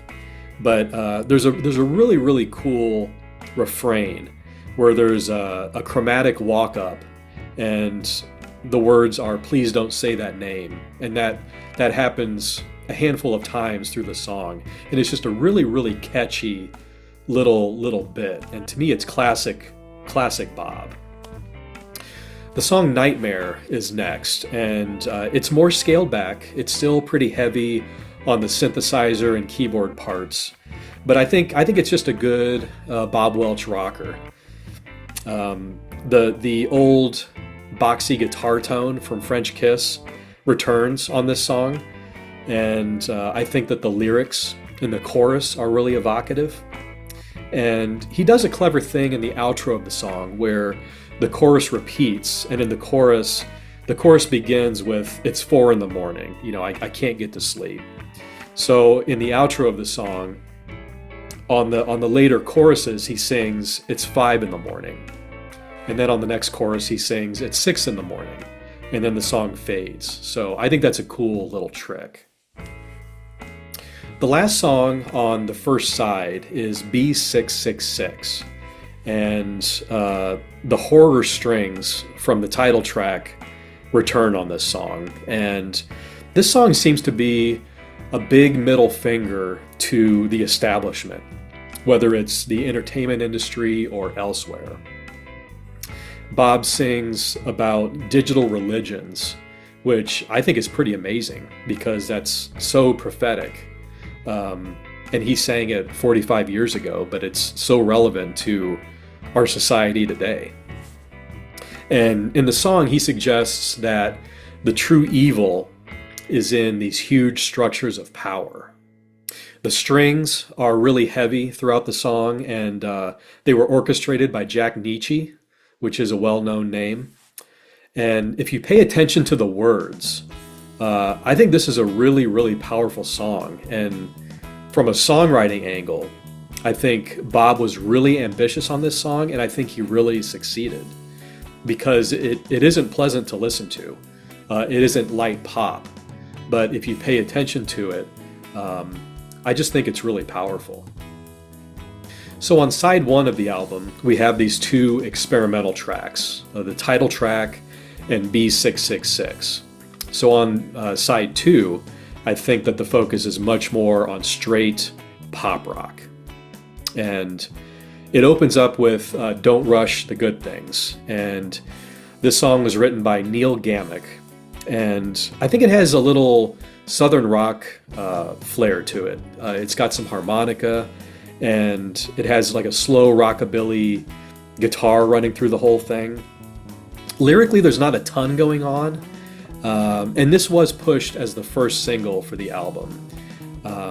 I don't really think it's a head-turning song in that context, but it is a strong album cut. The next song is called The Girl Can't Stop, and this is a Bob Welch written song. It's slightly tense, but it's an up-tempo rocker, and it has a prominent sax and keyboard part. I think this song is peppier and more ear-catching than Don't Rush the Good Things. The lyrics trace the story of a woman who goes to Hollywood to get famous, and it has a bad outcome. But to me, this is one of Bob's stronger pop rock songs. And as a lead single, I think it actually could have done pretty decent. From here, most of the rest of the album sounds a little tossed off. It kind of sounds like disposable pop. The next song is called Jealous, and to me it's a little too cutesy. It kind of has a 50s pop song vibe to it. It's pleasant, but to me it feels a little like a throwaway. There's a key change at the end, but to me it feels a little hollow. I do like the next song called Fate Decides. This song has got a dark and mysterious atmosphere to it. Some nice background vocals. The vocal, it actually opens up with the refrain of the song, which is the hand of fate decides, that lyric. And the verse kicks in, and it's classic Bob. It's got his laid-back delivery. I think the lyrics fit his kind of cosmic tendencies. I like the song a lot, but on Man Overboard, I feel like it's a little misplaced or out of time. The next song is called Reason, and this is a short, punchy, up-tempo song. The lyrics are a fairly clever take on the old boy-girl dilemma. But for me, the song, it doesn't really go anywhere. And then the last song on the second side is Those Days Are Gone. And this is a mellow tune. It's a little jazzy. You can hear the jazz coming through. The lyrics are about remembering people you used to hang out with when you were younger. And it's kind of a closing of a chapter in Bob's career. It's the last song on his last Capitol album. And I've always thought the song is kind of melancholy. It's kind of sad. Not really because of the lyrics, but because, the sentiment is those days are gone. This is the last song on his last Capitol album. There's a key change at the end again here.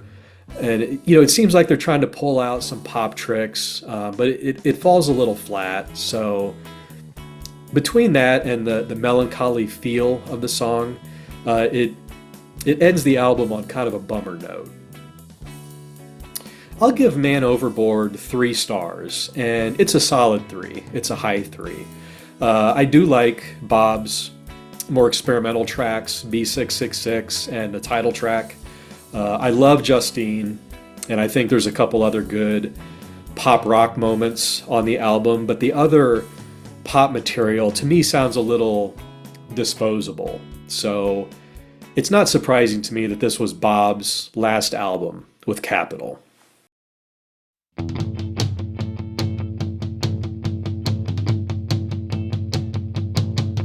Okay, now we're going to move on to the RCA albums. Bob recorded 2 albums for RCA, and the first one is self-titled, Bob Welch, from 1981. And this cover was always a little baffling to me. I don't really think it did the album any favors.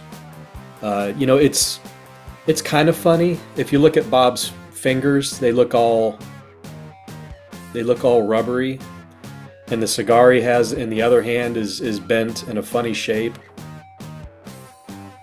But it's hard to take an album with a cover like this seriously, I think. There's the back cover, and that's kind of clever because it has Bob's glasses suspended in air. But as you can see, Bob got a bit of a makeover for the first RCA album. Bob always had really thin hair, so this is either a wig or some other kind of hair treatment. And eventually he dropped the glasses too, so he kind of got a makeover. He also had some facial hair too.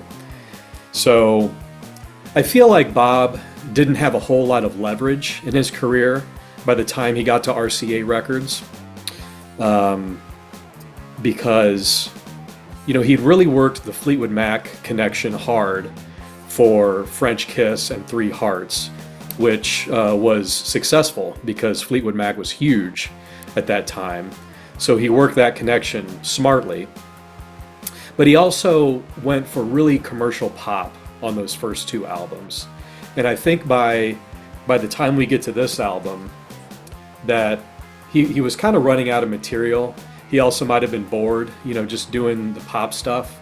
So I don't think he had a whole lot of leverage. So, and you'll notice on this album that about half the songs are his, but the rest are from outside songwriters, which you never really got on previous albums by Bob. It was mostly his tunes. And I think the label was kind of trying to push him into a Rick Springfield AOR kind of direction on this album. Rick Springfield released his album Working Class Dog early in 1981, and that was a huge success for RCA. And this album came out at the end of '81. So I think by then RCA was just trying to squeeze some more pop out of Bob and push him into that kind of lean, tough rock commercial kind of sound. The first song on the album is called Two to Do, and this song has just a lean rock sound, commercial. It sounds like a song meant for radio in '81. It's just pretty much guitar, bass, and drums with a little bit of keyboard in there. I think Bob's vocals sound really good. The song was written by an outside writer, but he really does try to sell it. It's energetic. Technically, I think everything is spot on. It has some cool background vocals in the bridge and in the choruses that I think work pretty well. And this was the lead single for the album. And I don't think it was maybe the best choice, because I don't think it has quite enough spark for it to be a head turner and to be, this is Bob's big arrival on a new label, new album, new look. I think there were maybe better choices on the album as a lead single. I actually think that the next song, which is called Remember, might have been better as a lead single. I think it was a single eventually, but by that time the interest had pretty much gone away from the album. Remember was written by Bryan Adams and Jim Vallance.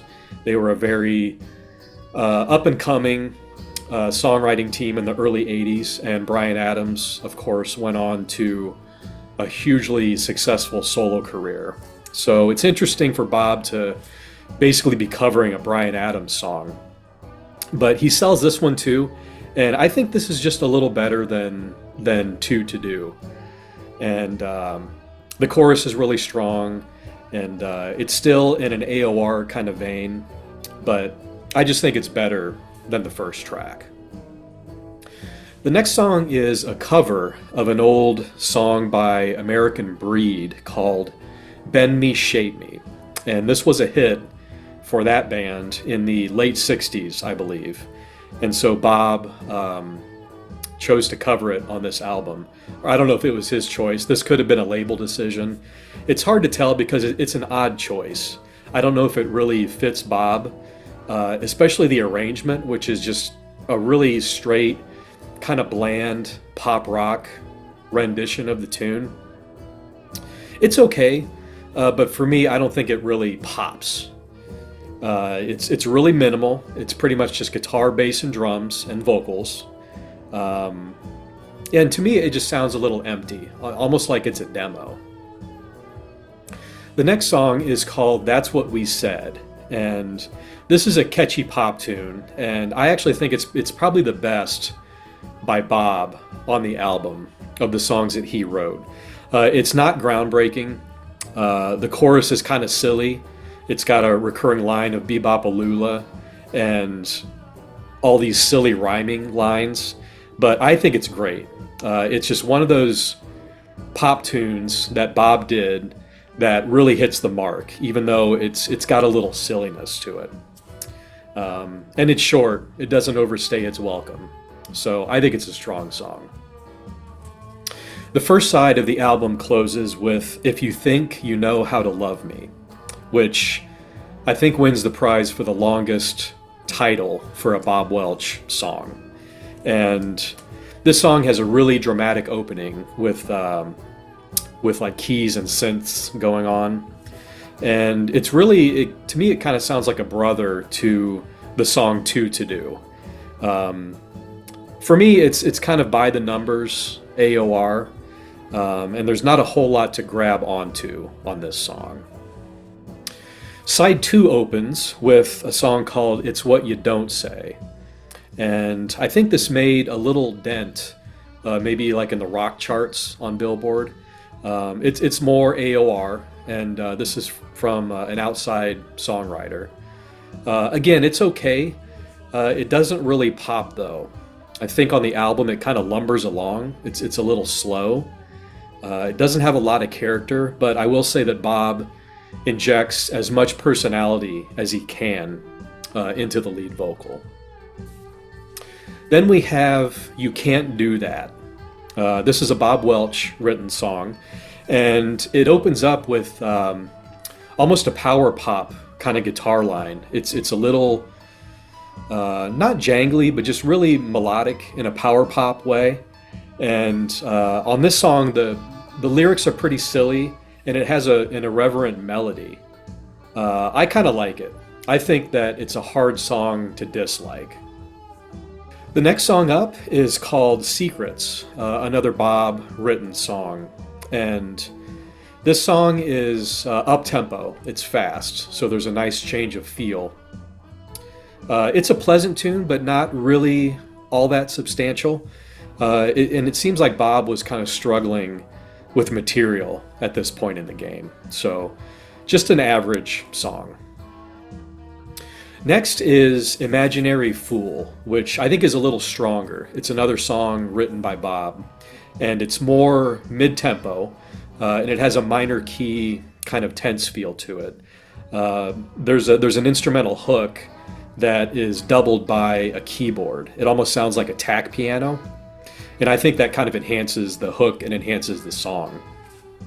And the lyrics are pretty decent. It's about a love triangle, but the lyrics kind of play with point of view, and it's not always clear what's going on. So I think that vagueness is actually kind of a strength because it makes you pay attention to the lyrics. Next is a song called To My Heart Again. This was written by Tom Snow, and this is basically a power pop ballad. And I actually think that this is the best song on the album. The chorus especially is transcendent. The way that the chords move with the vocal melody, I think is fantastic. The song has a really nice build from the verse to the pre-chorus, which is a little better, to the chorus, which I think is great. Some people may think it's a little too sugary, but I will say that when I listen to this song, it still gives me goosebumps. And to me, that's the mark of a great song. The album closes with a short instrumental called Drive, and it's really more of a mini mood piece, I would say, which is kind of a throwback to, some of Bob's earlier material, where he really creates an atmosphere with instruments and keyboards and his vocals. But this song is instrumental. It's hard to even call it a song because it has a really slow fade in, and it's a mysterious sounding instrumental. You don't really know where it's going, and then it just ends, and it ends on a really slow kind of echo or reverb sound.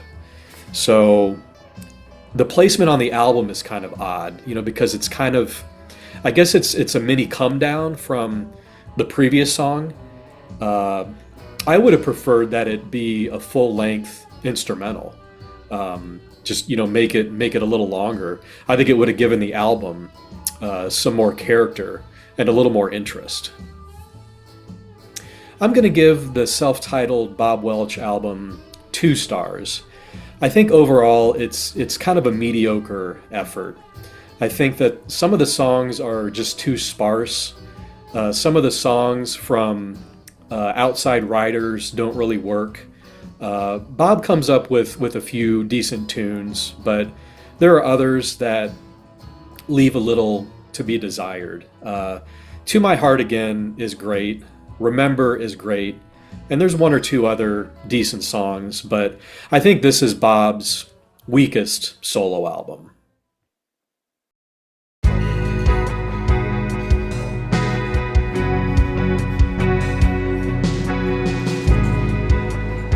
Okay, next we're going to move on to what I consider to be the underdog of the Bob Welch solo albums. This is Eye Contact. Released in 1983 on RCA Records. I've always been a little baffled by this cover.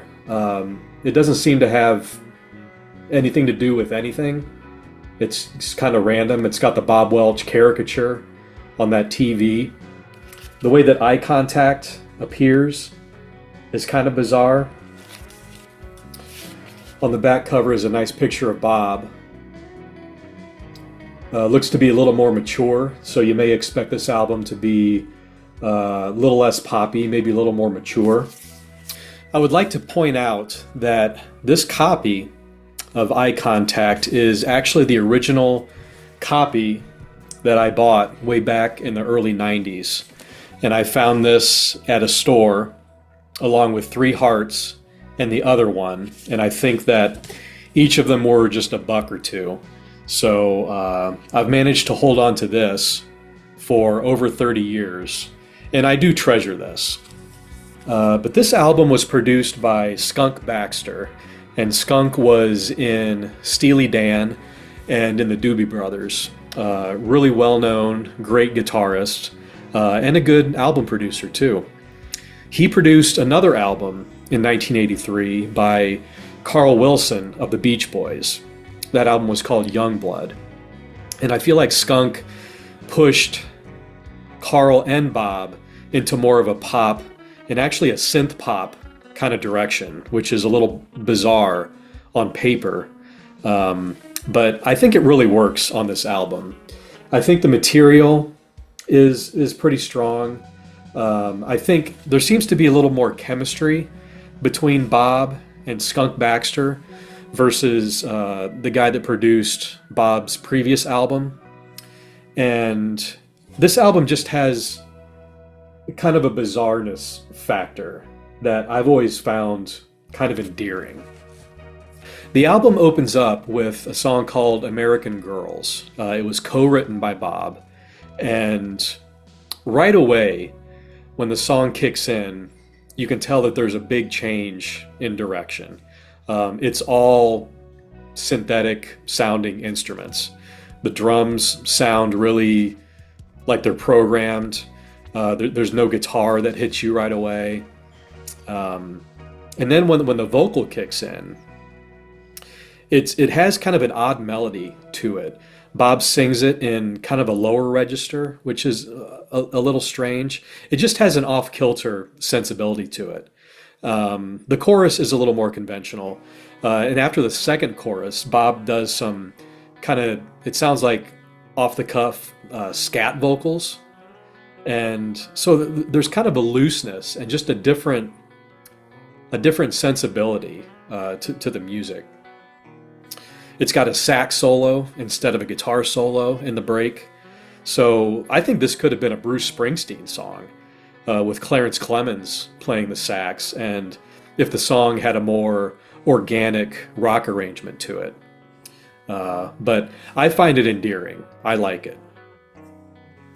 The next song, SOS, opens up with synths, more synthesizers.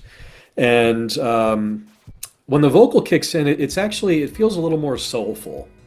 Definitely more than the last album. The last album was just straight pop, straight rock. This has a little more soul in it. It's semi-slow. I feel like the progression on the chorus almost sounds like doo-wop. It's got that throwback kind of feel to it. There's really no guitars in the song.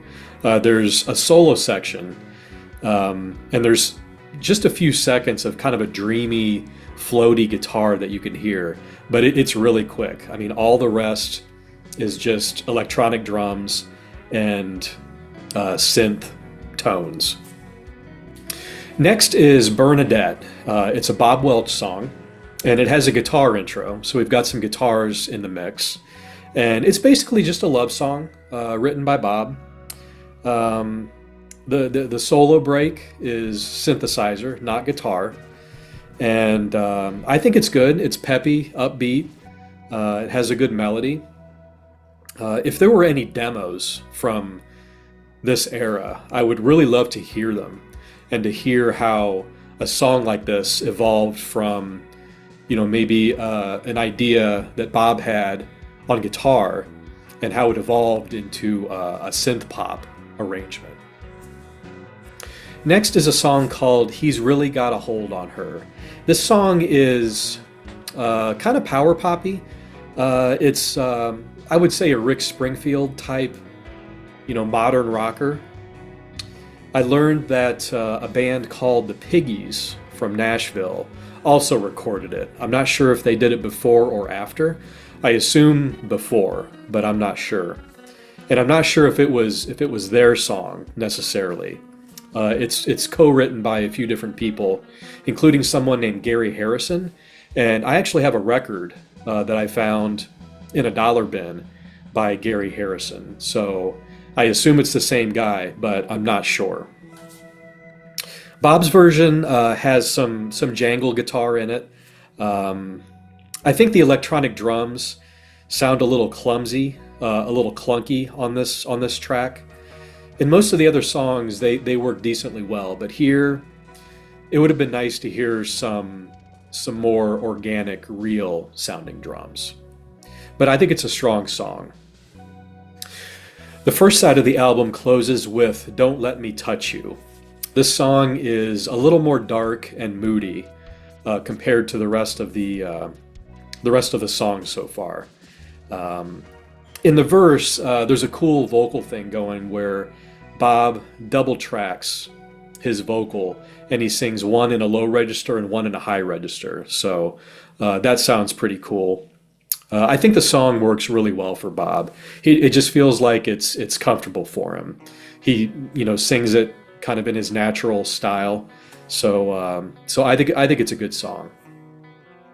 The next song, I'll Dance Alone, I think is a really interesting song to talk about. I mentioned that Skunk Baxter also produced Carl Wilson's album from 1983 called Youngblood. And on Carl Wilson's album, the song that opens the second side is a tune called What You Do to Me. And this is a really, really almost sugary commercial pop song. Kind of electro, kind of synth. But I think Carl Wilson sells it, and I think it works. And so on this album, in the same position at the beginning of the second side, is this song "I'll Dance Alone." Again, it's from Outside Riders. It's super poppy, and I feel like it followed the same formula as what Skunk did on Carl's album. It's really just a blatant shot for commercial glory, and I happen to love it. I don't know if Bob liked doing it, but I think it works. The song is hooky as heck.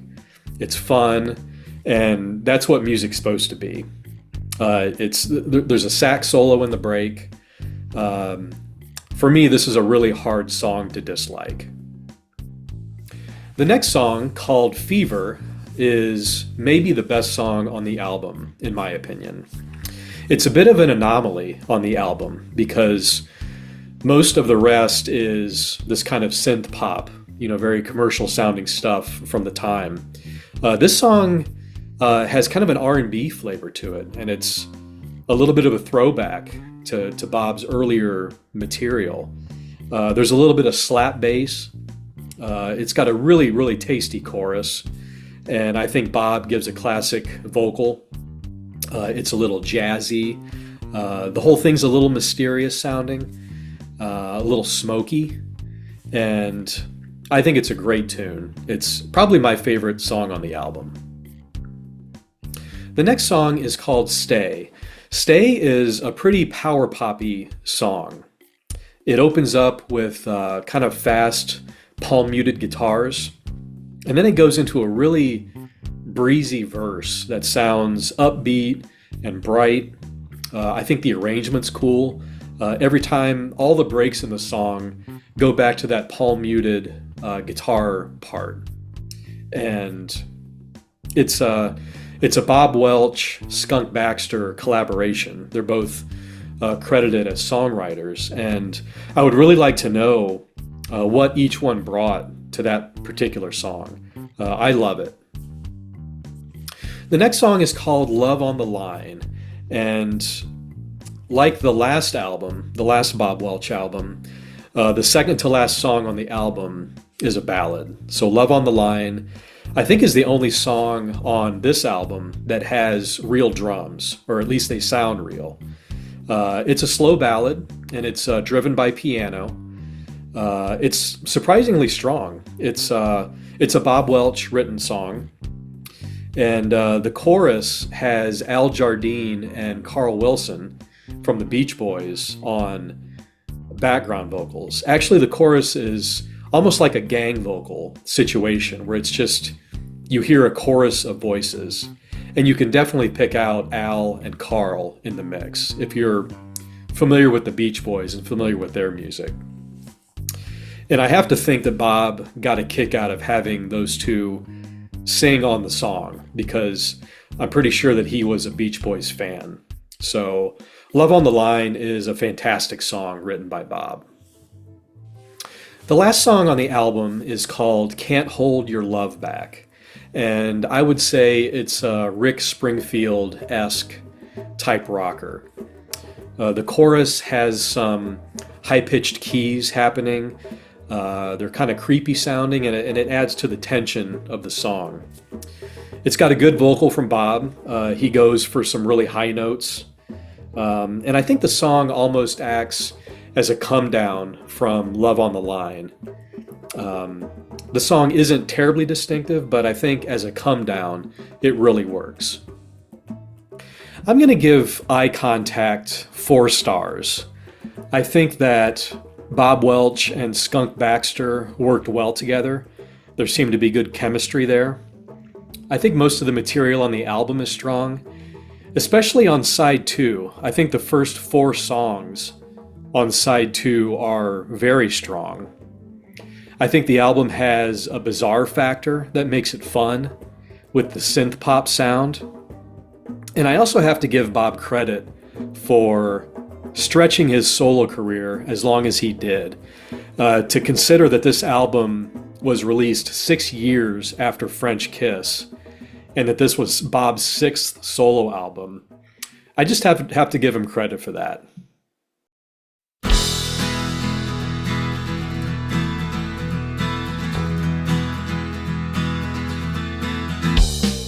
So now we're out of the era of what I consider to be the core Bob Welch solo albums, which for me is French Kiss to Eye Contact. So then we have about a decade of no releases, and then in 1991, this compilation appeared. This is the Best of Bob Welch, released on Rhino Records. And this is a pretty decent best of. The packaging is really good. The cover, as you can see, is pretty cool. The liner notes of this CD are fantastic. They're thorough and well written. There's quotes from Bob, so this is kind of a Bob Welch approved best of.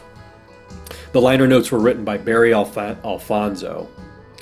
And there's also a discography with release dates in here. There's a little ad for the Humane Society, which I think is kind of endearing. That's a very Rhino Records thing to do back in the 80s or early 90s. The sound quality of this best of is really consistent and top-notch. Everything sounds great. There's also attention to detail, which I really like. The version of Hot Love, Cold World on this CD is actually the single version, and it's a little different than the album version, so I really like that. The CD also contains a song called Don't Stop, and it's not the Fleetwood Mac song. It was performed by Bob Welch and Avenue M, and that was Bob's project around the time that this best of came out. And Avenue M was a hard rock band, and not in the vein of Paris, which was 70s crunchy hard rock. Avenue M was late 80s, early 90s hard rock. So there's dive bombs and heavy metal harmonics on the guitar. Once you get past that, though, it's a pretty good song. The progression isn't stock hard rock. There's more depth going on with it. And I think Bob's voice still sounded really good at this time. So the thing that I don't care for, and this is a big deal with the compilation, is the song selection. I think it's a little lopsided. I think it could have been tighter. Just to give you a rundown, there's 1 song from the first Paris album. There's 3 from the second Paris album. 3 from French Kiss. 4 from 3 Hearts. 2 from the other one. 2 from Man Overboard. And then Don't Stop. So I think they could have gotten away with just maybe 1 song from the second Paris album, so that both of the albums are represented with just 1 track. That would have made room for a little more Bob Welch material from his solo albums. Like all of the songs from French Kiss are the usual suspects, the hits. But they could have also added maybe Outskirts or Easy to Fall. I think 4 from 3 Hearts is too much. The Ghost of Flight 401 and Don't Wait Too Long. I like both of those songs, but to me they're album cuts. I think they could have gotten away with Precious Love and Church, and then maybe the title track or China. I wouldn't have included Future Games from the other one on this CD. That's the Bob Welch, that's the remake of the old Fleetwood Mac song. I would have replaced that with maybe Hideaway or Don't Let Me Fall. And then the two songs from Man Overboard, this is kind of interesting, are the two songs that I think Bob was most invested in on that album. The title track and B666. And B666 on a best of is wild. It's, I would have maybe replaced that with The Girl Can't Stop. It might have been a safer bet for a best of. But I will say on the other hand that this was before, I had this CD before I got the Man Overboard album. And I remember hearing these two songs on this CD and really liking them and being kind of fascinated and excited to hear the whole album. So I might give him a pass for those two songs. I assume there were rights issues with RCA, and that's why there's no songs from those albums on this compilation. In an ideal world, I would have included at least one from each. Maybe Remember from the Bob Welch album, and Fever or I'll Dance Alone from Eye Contact. I don't know if it would have been possible to dig up any Head West material, but it would have been cool to include Someday from the Head West album, because Bob sings the lead vocal on that song. He wrote it, and I would say that's a signature Bob Welch, great atmospheric song. I'm going to give the best of Bob Welch 3 stars, and it's a solid 3. It's a high 3. It's a good best of. The liner notes are great. The sound quality is great. I do think the song selection is a little lopsided. I would have swapped out a handful of songs for different tunes that may work a little better on a best of. But still, it's great to have some Paris stuff on here. All the hits are here. The Avenue M song is fun, so I think it's a good best of. There was another compilation that came out in '94, just called Greatest Hits, and it was on Curb Records. I'm not going to cover this in the deep dive because I don't think that CD is very good. The liner notes are a joke compared to this CD. The song selection isn't good. The sound quality isn't that great. There's some incorrect song titles on the back cover. So to me, it just seemed kind of slapped together. So I'm not going to cover it, and I don't recommend the Bob Welch Greatest Hits CD.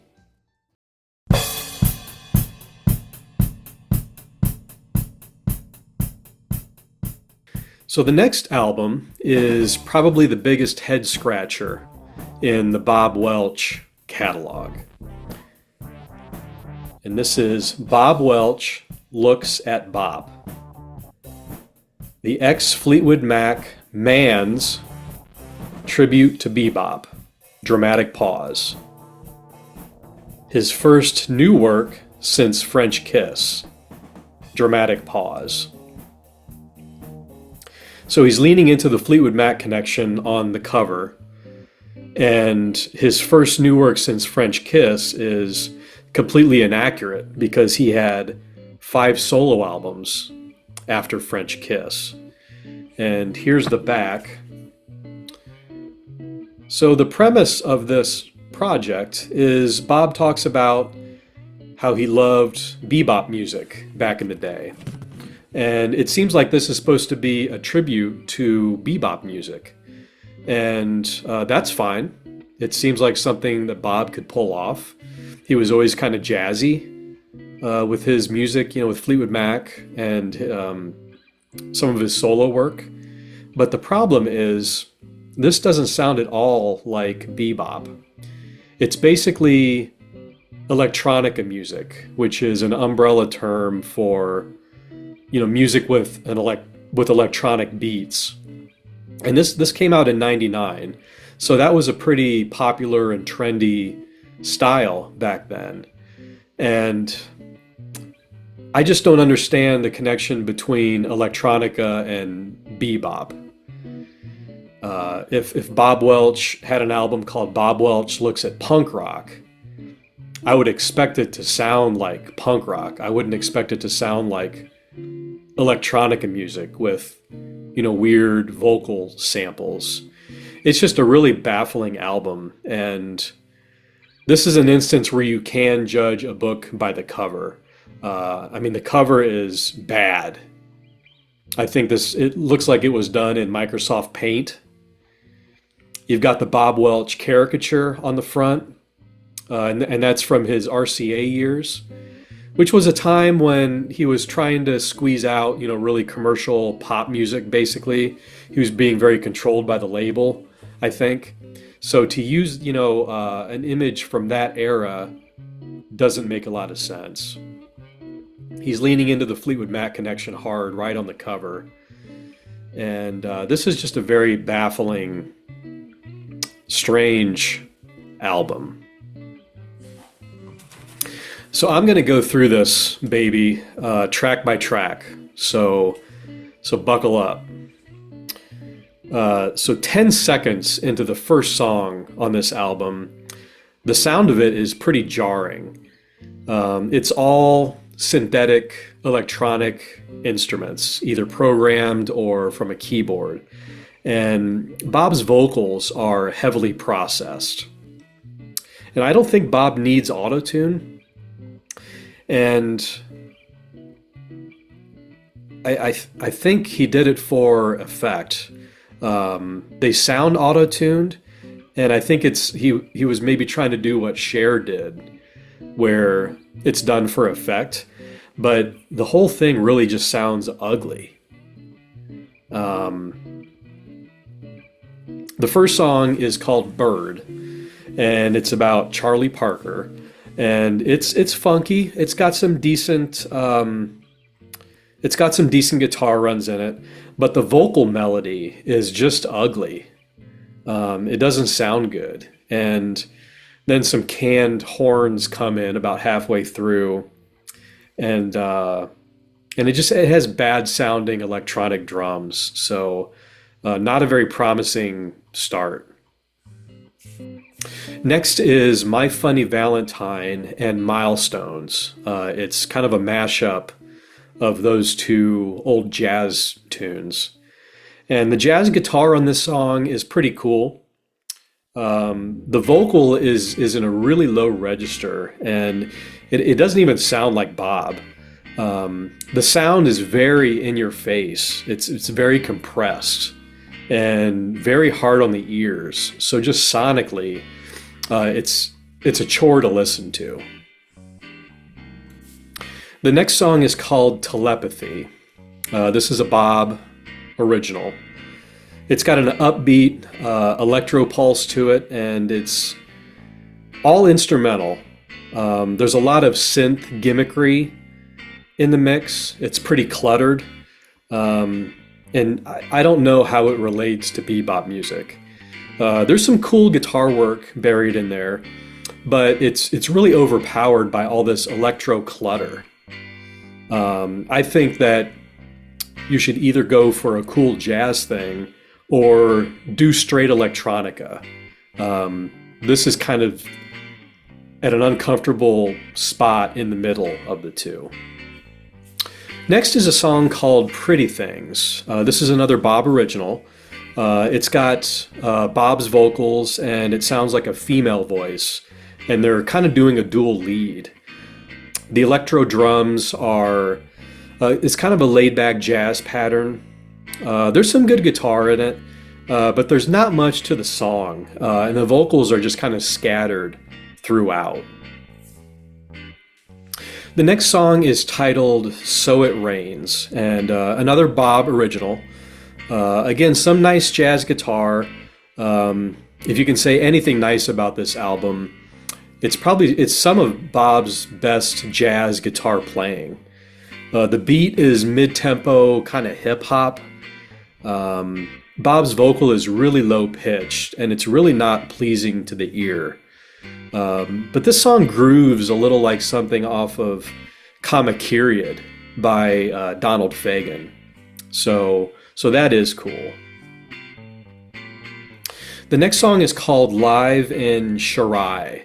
It's Cherai. This song opens up with some fake crowd noise. It has a jazz beat. It has some good jazz guitar playing. Eventually, a female vocal enters after kind of this long instrumental intro. Then Bob's vocal enters. And then a different male vocal enters. And then the fake crowd noise comes back. And then Bob's vocal comes back. So this song is a little schizophrenic. It's a little all over the place. The next song is Lush Life, the jazz standard. And this is actually a decent song. It's probably the best on the album. It has a mellow electro beat and kind of a wash of keyboards. And Bob's vocal is actually pretty decent on this tune. It's in his normal singing range. The song isn't too cluttered. It has some nice jazz guitar in the outro. And the jazz guitar playing is actually nice. It's kind of understated. Next up is E-Ticket to Fly. This song is very harsh on the ears. It's loud. The electro beat is pounding and it's kind of monotonous. Bob's vocal is, it could be double tracked or triple tracked. It's really cluttered with a lot of synth BS, I would call it. There's some semi-rap vocal samples running through it. Bob's vocals sound very unpleasant. It's kind of an ugly melody, and the whole thing just sounds harsh and very digital. The next song is called Hustler. And Hustler is, in my opinion, the worst Bob Welch song. It has a rap beat, and Bob reimagines Silver Heels, the song from Fleetwood Mac from the album Heroes Are Hard to Find. He kind of lifts those lyrics and reimagines them in this hellish kind of soundscape. It's ugly. There's samples of a woman in a porno kind of moaning. Bob raps a little. I think this is the cringy moment when Bob tries to be current or kind of tough. And we've seen this from some other artists from the 70s and 80s. And if they're still recording in the 90s, a lot of these artists released stuff that sounded, kind of grunge, kind of angry. And it was so fake. And I really don't know what Hustler has to do with bebop. There's a line, getting funky like Etta James from the original song Silver Heels.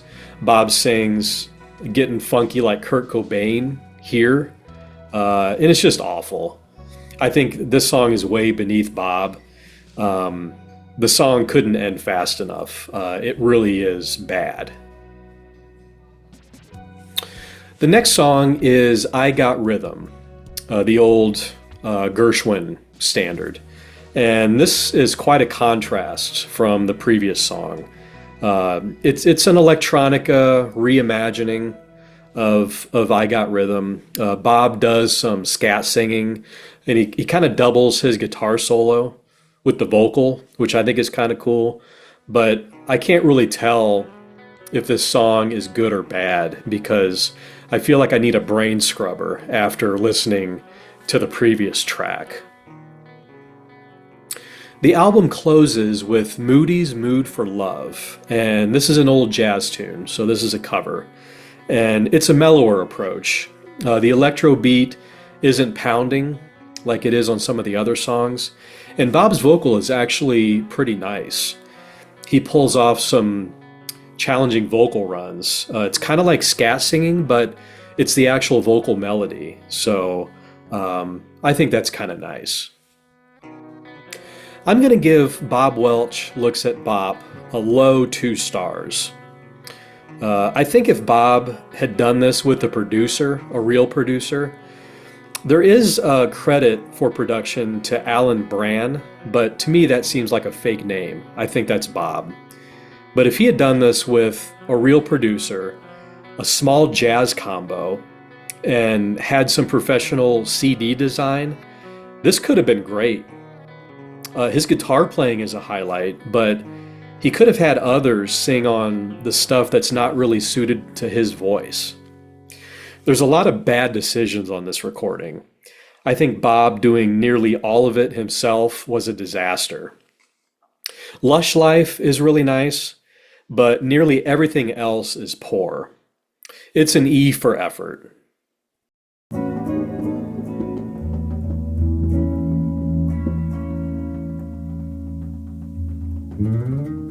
Next up, we have his Fleetwood Mac years and beyond. All new digital re-recordings. And here's the actual disc. The packaging has a box of chocolates theme to it, which is an improvement over Bob Welch Looks at Bob. So Bob's leaning heavily into his Fleetwood Mac connection here. Bob did a lengthy Q&A session through the Penguin, which was an unofficial Fleetwood Mac website, back in '99, and I think that kickstarted his desire to do this project. And this album is new recordings of old songs, plus one brand new song. And about 2/3 is Fleetwood Mac tunes, and the rest are his biggest solo hits. And he leans into the Fleetwood Mac connection so heavily that he also covers Oh Well, which was written by Peter Green back when he was in Fleetwood Mac. And Bob did perform the song while he was in Fleetwood Mac, but I think this is leaning a little too heavily into the Fleetwood Mac thing for me. It seems a little desperate. I think it was obviously done to drum up interest in the CD. But when I buy a Bob Welch album, I want to hear Bob Welch songs. So the liner notes were written by Bob, and they're really good. He shares a lot of stories about the songs that he chose to re-record, and he also talks about his motivations to do this project. First of all, he says that he just enjoys recording. He likes putting recordings together and the craft behind it. And he also wanted to re-record these because he wanted to re-record the material with digital equipment because of the improved sound quality and the improved dynamic range. And I respect Bob for wanting to do that, but there are some problems with this. One of the things that makes the original recordings so great is that they were made by humans playing music together. And by comparison, this project is like one person in a lab trying to replicate something that you can't replicate, which is the spark and the chemistry that was there during that specific time and place when the original recordings were made. It's kind of why movie remakes are almost always not better than the originals. You can have all the money in the world, you can have all the technology in the world, but you can't replicate magic. And albums like Future Games, Bare Trees, Mystery to Me, in my opinion, were all magical. I do agree with Bob about the sonic limitations of analog recording and vinyl records. I think he's 100% accurate on that point. I wholeheartedly disagree that these re-records are in any way better than the originals. The re-records are primarily electronic and programmed instruments. So the sound is very clean, it's very digital, so there's just not a lot of mojo in the tunes. They sound very sterile. If you're a fan of Bob, it is interesting to hear the dynamic range open up on these tunes, especially the earlier Fleetwood Mac stuff.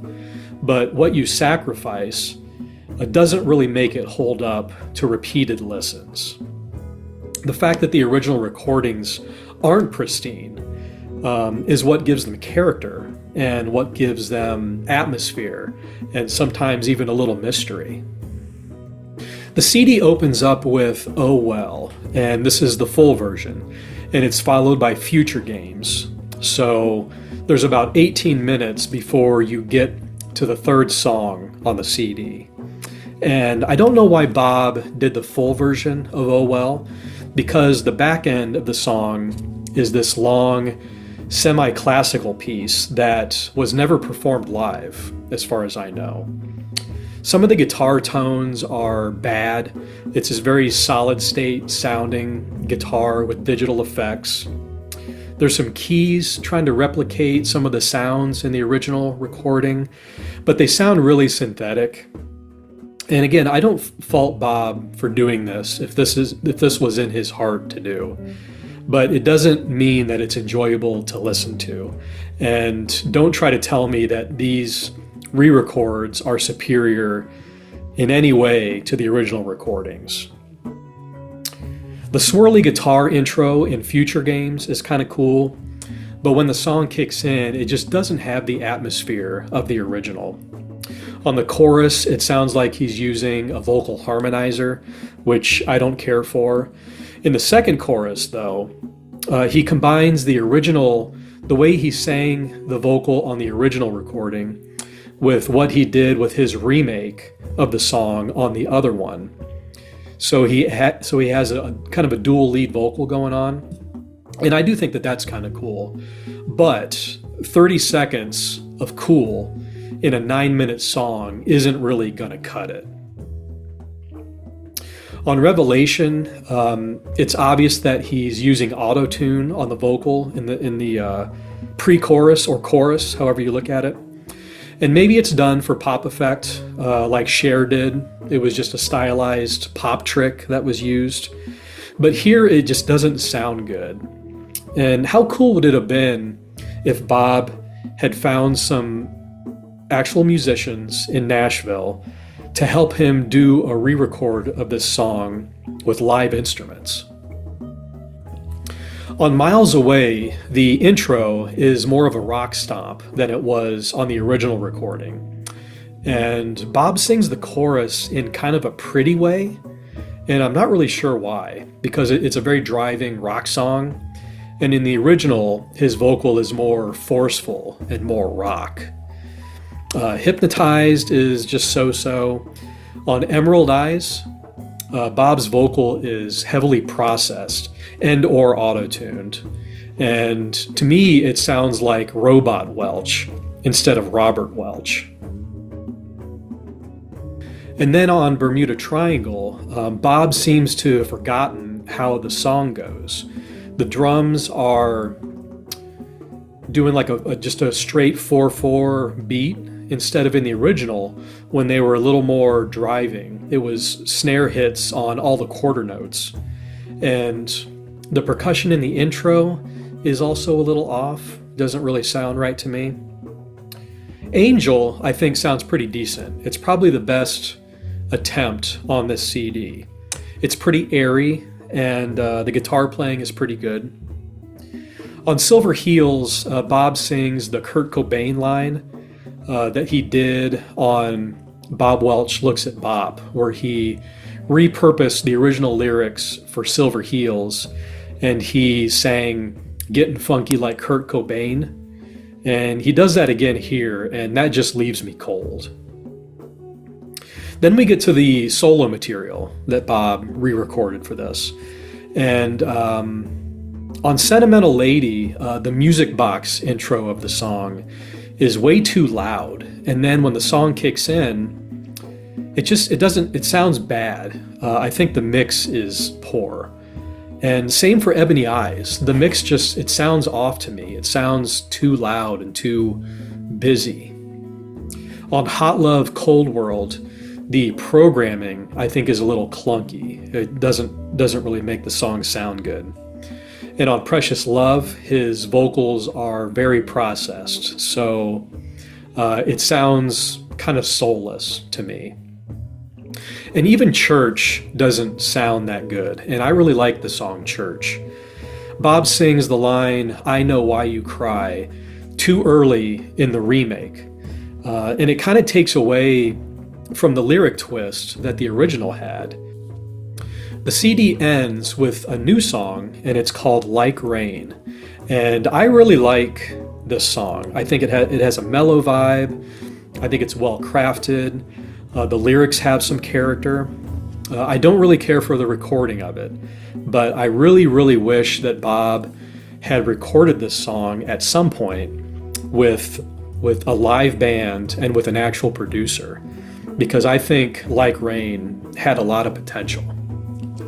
I'm going to give his Fleetwood Mac Years and Beyond 2 stars, and it's a reluctant 2. I think that these versions are the Temu versions in comparison to the original recordings. The liner notes here are cool. Musically, this is arguably Bob's strongest material. However, in terms of atmosphere and chemistry, there is none. There's chemistry in the sense that this is like a lab experiment. But unfortunately, lab experiments aren't necessarily fun to listen to. Bob really needed to be working with live musicians and a producer.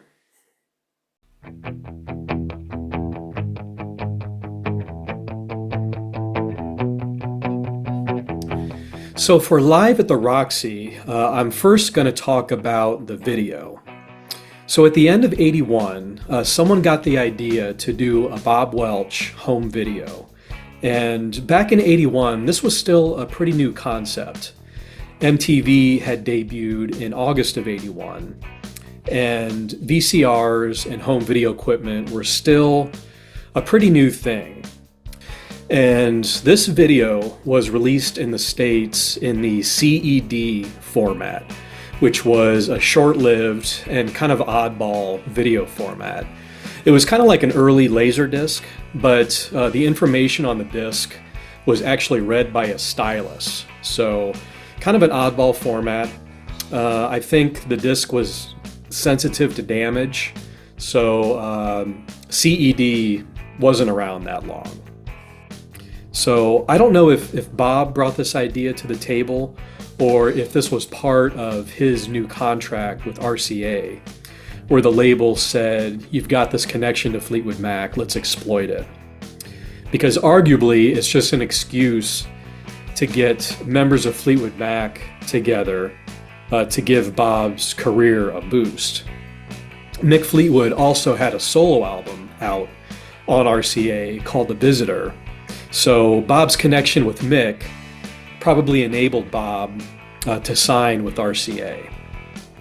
On the website fleetwoodmacnews.com, there's a press release from RCA that they sent out to announce the event, and I wanted to read a little bit from that press release. It says, 2 evenings, November 18th and 19th, are planned at the Roxy Theater in Los Angeles. On November 18th, Bob Welch and his band will perform 2 shows.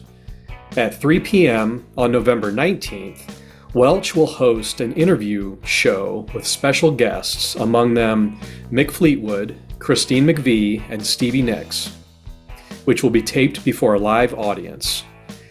That evening, both concerts will be taped. Bob and band will perform alone for the first show, and for the second, they will be joined by Nicks, Fleetwood, and McVie. So it was the second show on the 19th that was released on home video, and then later on CD. And Bob's band was Robbie Patton on percussion and vocals, Alvin Taylor on drums, David Adelstein on keyboards, Joe Brassler on guitar, and Robin Sylvester on bass. They're joined on a handful of tunes by Christine McVie on vocals and sometimes keyboards, Mick Fleetwood on drums, John McVie on bass, Bob Weston on guitar, and Stevie Nicks on vocals, and all in different combinations depending on the song. Then there's a second layer of special guests who only appear briefly, And they include Carmine Appice on drums, Howard Leese on guitar, and Ann Wilson of Heart on vocals. And on the last tune, just about all of them are on stage, jamming. So this performance has a loose, fun feel to it. Even though the core band plays really well, they play really tight. And the whole thing has kind of a weird sensibility to it from the standpoint that this is a made-over Bob Welch. Physically, he looks different, and he's going for a slick, modern rock sound on his new album at the time. But on this video, he does some old stuff that doesn't really fit with his new sound. And so there is some showcasing of the new LP. I think they do 4 or 5 tunes from it. But it's also an attempt to fall back on Bob's Fleetwood Mac connection. The video editing isn't super polished. The Roxy is a pretty small venue. So there's a raw element to this, which I like, especially combined with the unlikely song selection and the special guests. I actually like this video a lot, and currently it's available to view on YouTube in its full version. And the version that's up on YouTube is from a VHS from Italy. And I don't know how different it is from the American version that was released on the CED format, but I imagine it can't be that much different. There's a couple things I don't really care for. Bob cuts a verse from Hypnotized, and he did the same thing for his French Kiss version of Sentimental Lady, which obviously he does that version here too. And I just don't like watered down versions of Bob's best songs. Gold Dust Woman, the Fleetwood Mac song from Rumors, is here in a very long version, and I could have done without it. To me, it's an example of Bob leaning too much into the Fleetwood Mac connection. The song has nothing to do with him, but this could have been a label thing, where they wanted it here just to generate some interest. There's also a medley of Big Town 2061 and Black Book, the 2 old Paris songs. And I don't think they really work that well in this setting with this band, especially Black Book. It just doesn't really hit the mark. It doesn't have that, just really balls out, raucous, hard rock thing that the version on the album had. And I think it's also down a key. So it doesn't have that really high-pitched, screaming vocal from Bob. And it's probably because he really couldn't sing that high anymore. But there's a ton of highlights on the video. Bob comes out wearing a kimono-type robe, which is great and just so early 80s decadent rock and roll. The band ham it up. They're a lot of fun to watch, especially Alvin Taylor on drums. He's absolutely great. On Outskirts, Joe Brassler takes a long, indulgent guitar solo, which is very appropriate for the era, and I think, just great as well. And there's also a drum solo where Carmine Appice seems to appear out of nowhere. And then when he's finished, he just gets up and leaves. So that's kind of bizarre and random and fun. The band does Don't Give It Up, which is a Robbie Patton song, and he actually had a minor hit with it around this time. And the band does it, and it fits in perfectly, I think, musically, with everything else that's going on. The band really gets into the song Remember from the self-titled Bob Welch album. And if you watch Bob on this song, he totally kills the guitar solo, which is just so much fun to watch.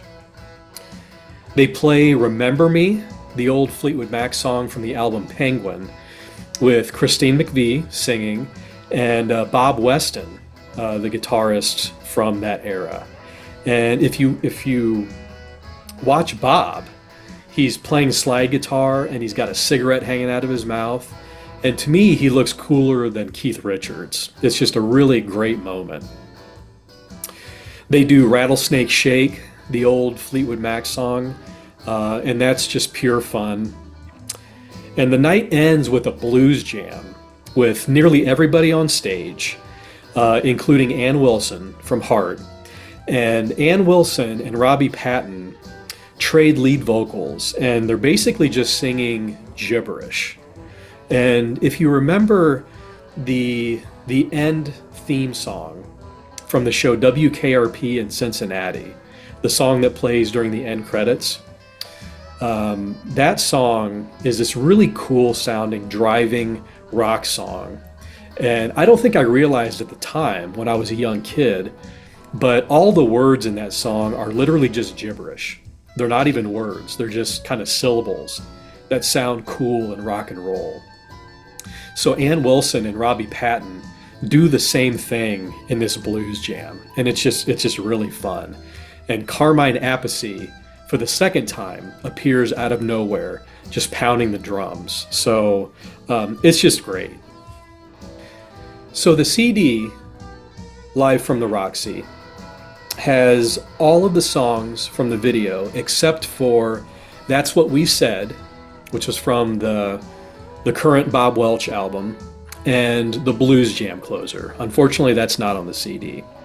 The sound quality is so-so on the CD. To me, it sounds like an FM broadcast, and I actually looked through the liner notes of the CD, and it confirms that there was a radio broadcast of the performance, so it must have been pulled from that source. But the performance is really fun, and the song selection is pretty good.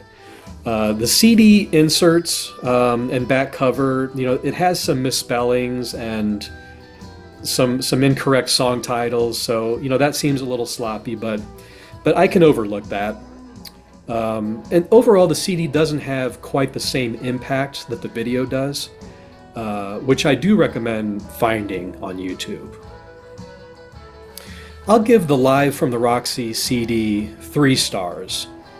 As I mentioned, the sound quality is so-so. It's not so great, but the song selection here is pretty cool. It's fun for the made-over Bob Welch to be pushing, his new material, and then also doing some old favorites. The special guests in and out are a lot of fun, and it just seems like it was a fun night for everybody. So I recommend tracking the CD down if you're interested, and I really recommend finding the video on YouTube. I think you'll get a big kick out of it.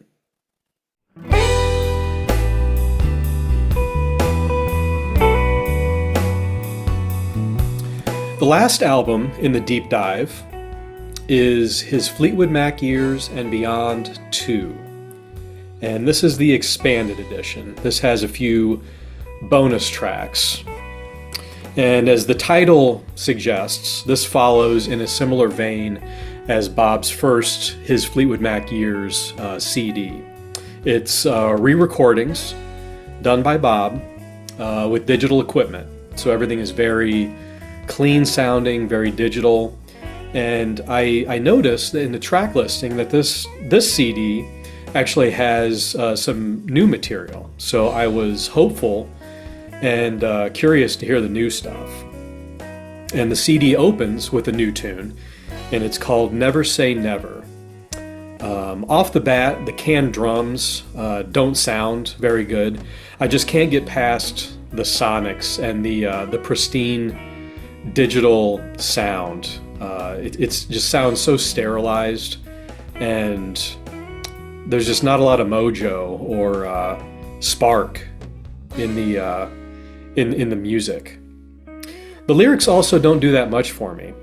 It's got a bridge or a breakdown that is kind of bad, and if this song were recorded by live instruments, it might sound a little like a Rick Vito song from his time in Fleetwood Mac. Bob's voice also reminds me a little bit of Chris Ray. It's that low register, jazzy, kind of smoky sounding voice. Next up is Black Magic Woman, and this song was written by Peter Green, during his time in Fleetwood Mac, and then Bob sang it live during his time in Fleetwood Mac. On Bob's version here, his vocals are very processed and compressed. The guitar solo is pretty cool, but I feel like artistically Bob is really starting to chase his tail, and the digital sheen does the song no favors. Next up is Rhiannon, the Stevie Nicks song that everybody knows from Fleetwood Mac, and Bob covers it here. It has a slightly different feel from the original. This version has kind of a hip-hop R&B beat, and in the liner notes, Bob said that it's an interesting what if he had stayed in Fleetwood Mac after the band picked up Buckingham and Nicks. But I think that Bob's skills and songwriting and his sensibilities weren't really compatible with the new Fleetwood Mac with Buckingham and Nicks. So to me, this seems a little desperate, to cling to his Fleetwood Mac connection and to cover a Stevie Nicks song.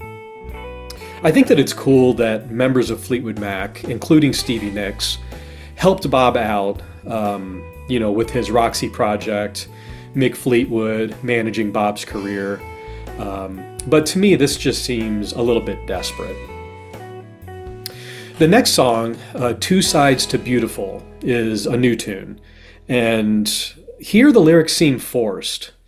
And the feel is modern R&B with a canned beat. And I really wanted so badly for these new tunes to be as good as Like Rain off of Bob's first His Fleetwood Mac Years CD. That was a new tune on that CD, and it was really good. But here, so far, the new tunes aren't as good as that. Next, Bob re-records The Girl Can't Stop from his solo career. It's from his Man Overboard album. And I like the original version of The Girl Can't Stop, but here it sounds soulless and a little bit clunky. Next is another new song called Feet of Clay. This has a hip-hop feel to it, but there's not much of a melody. And the chords are also kind of static. And the ugly digital sound of the recording washes away any charm that the song may have. Next up is Rebel Rouser. This is a re-record of Bob's song from his album The Other One.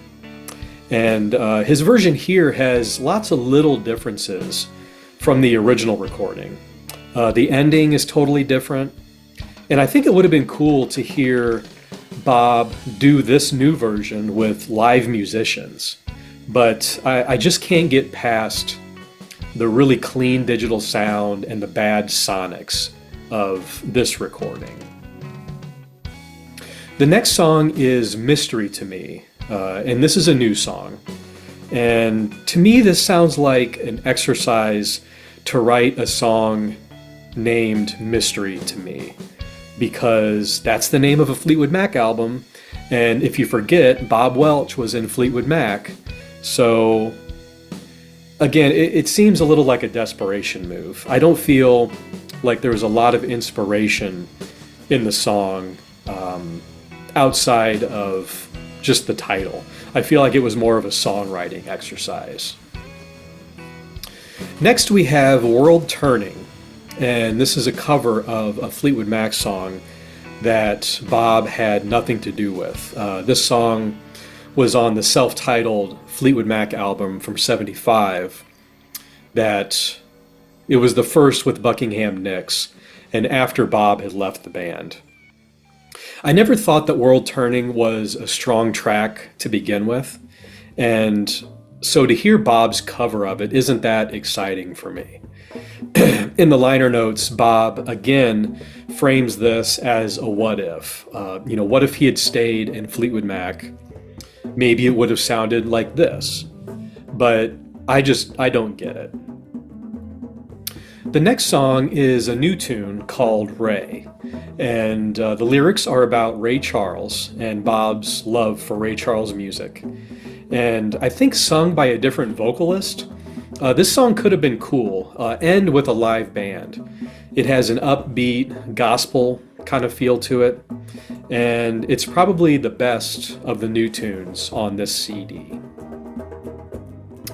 The next song is The City, which is an oldie from Fleetwood Mac that Bob wrote back in the day. This is another one that I wish that he had re-recorded with a live band, because it actually has a cool blues grind to it. But this recording hits probably 10% of the mojo potential. There is good guitar playing from Bob on this one. The new recordings end with What a True Love Is, and this is a new tune.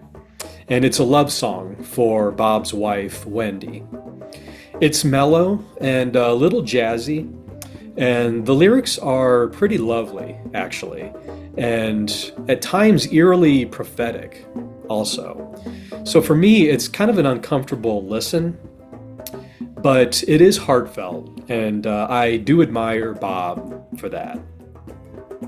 The expanded edition of this CD ends with 3 songs from the Live at the Roxy CD. So here, I feel that they don't really add anything to the proceedings. I think they're totally unnecessary. I'll give his Fleetwood Mac Years and Beyond 2 1 star. I always want to give credit for new songs. I like hearing new material. But the new songs here are disappointing. There's nothing as good as Like Rain on Bob's last, his Fleetwood Mac Years CD. And I feel like Bob covering Fleetwood Mac songs not from his era of the band comes off as a little desperate. The digital recording with the fake instruments and processed vocals doesn't work, and it really becomes a chore to listen to. It was a clear sign that Bob worked best in a band with live musicians and an actual producer. I'd like to end the Bob Welch deep dive on a positive note and to honor Bob's best musical work. Bob Welch's music has brought a lot of joy into my life. Discovering a hidden era of Fleetwood Mac back in the day was fun, and I was really fascinated by Bob's ability to create an atmosphere through music that was palpable. I love every Fleetwood Mac album that he played on, and finding his solo albums back before the internet was a real adventure for a young guy hunting for music. And I feel that that experience doesn't really exist anymore with the internet and with every song ever recorded on YouTube. But back then, I would record his albums onto cassettes so that I could have them on the go. And I can still hear in my mind the imperfections in the cassette dubs. When a channel would drop temporarily, or there'd be a little distortion or static. Back then, I wasn't pristine about my cassette dubs, and my gear also wasn't amazing. But those little imperfections became part of the songs. I didn't participate in the Q&A session that Bob did through the Penguin, but I did send Bob an email.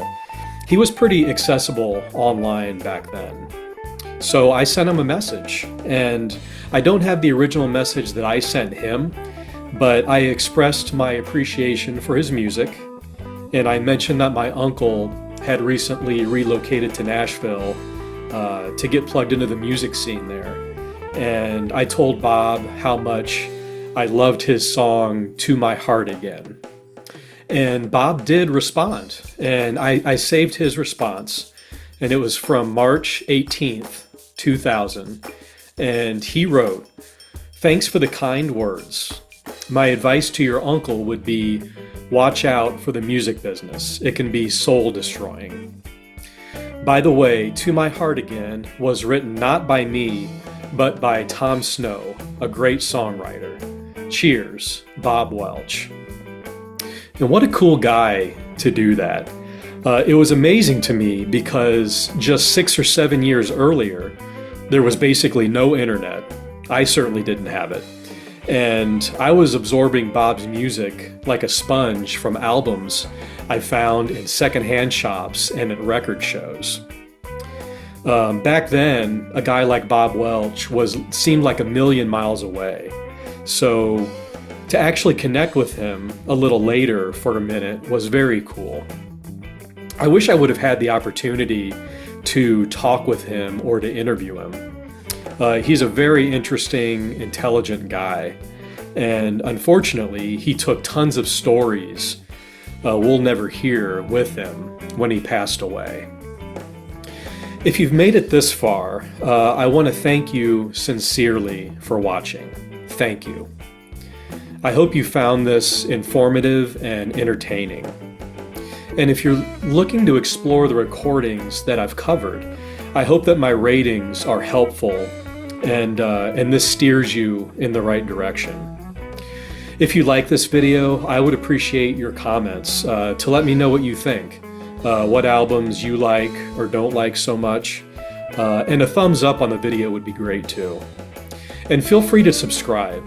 I have some more content in the works that I think you're really gonna like. So thanks again, and enjoy the music.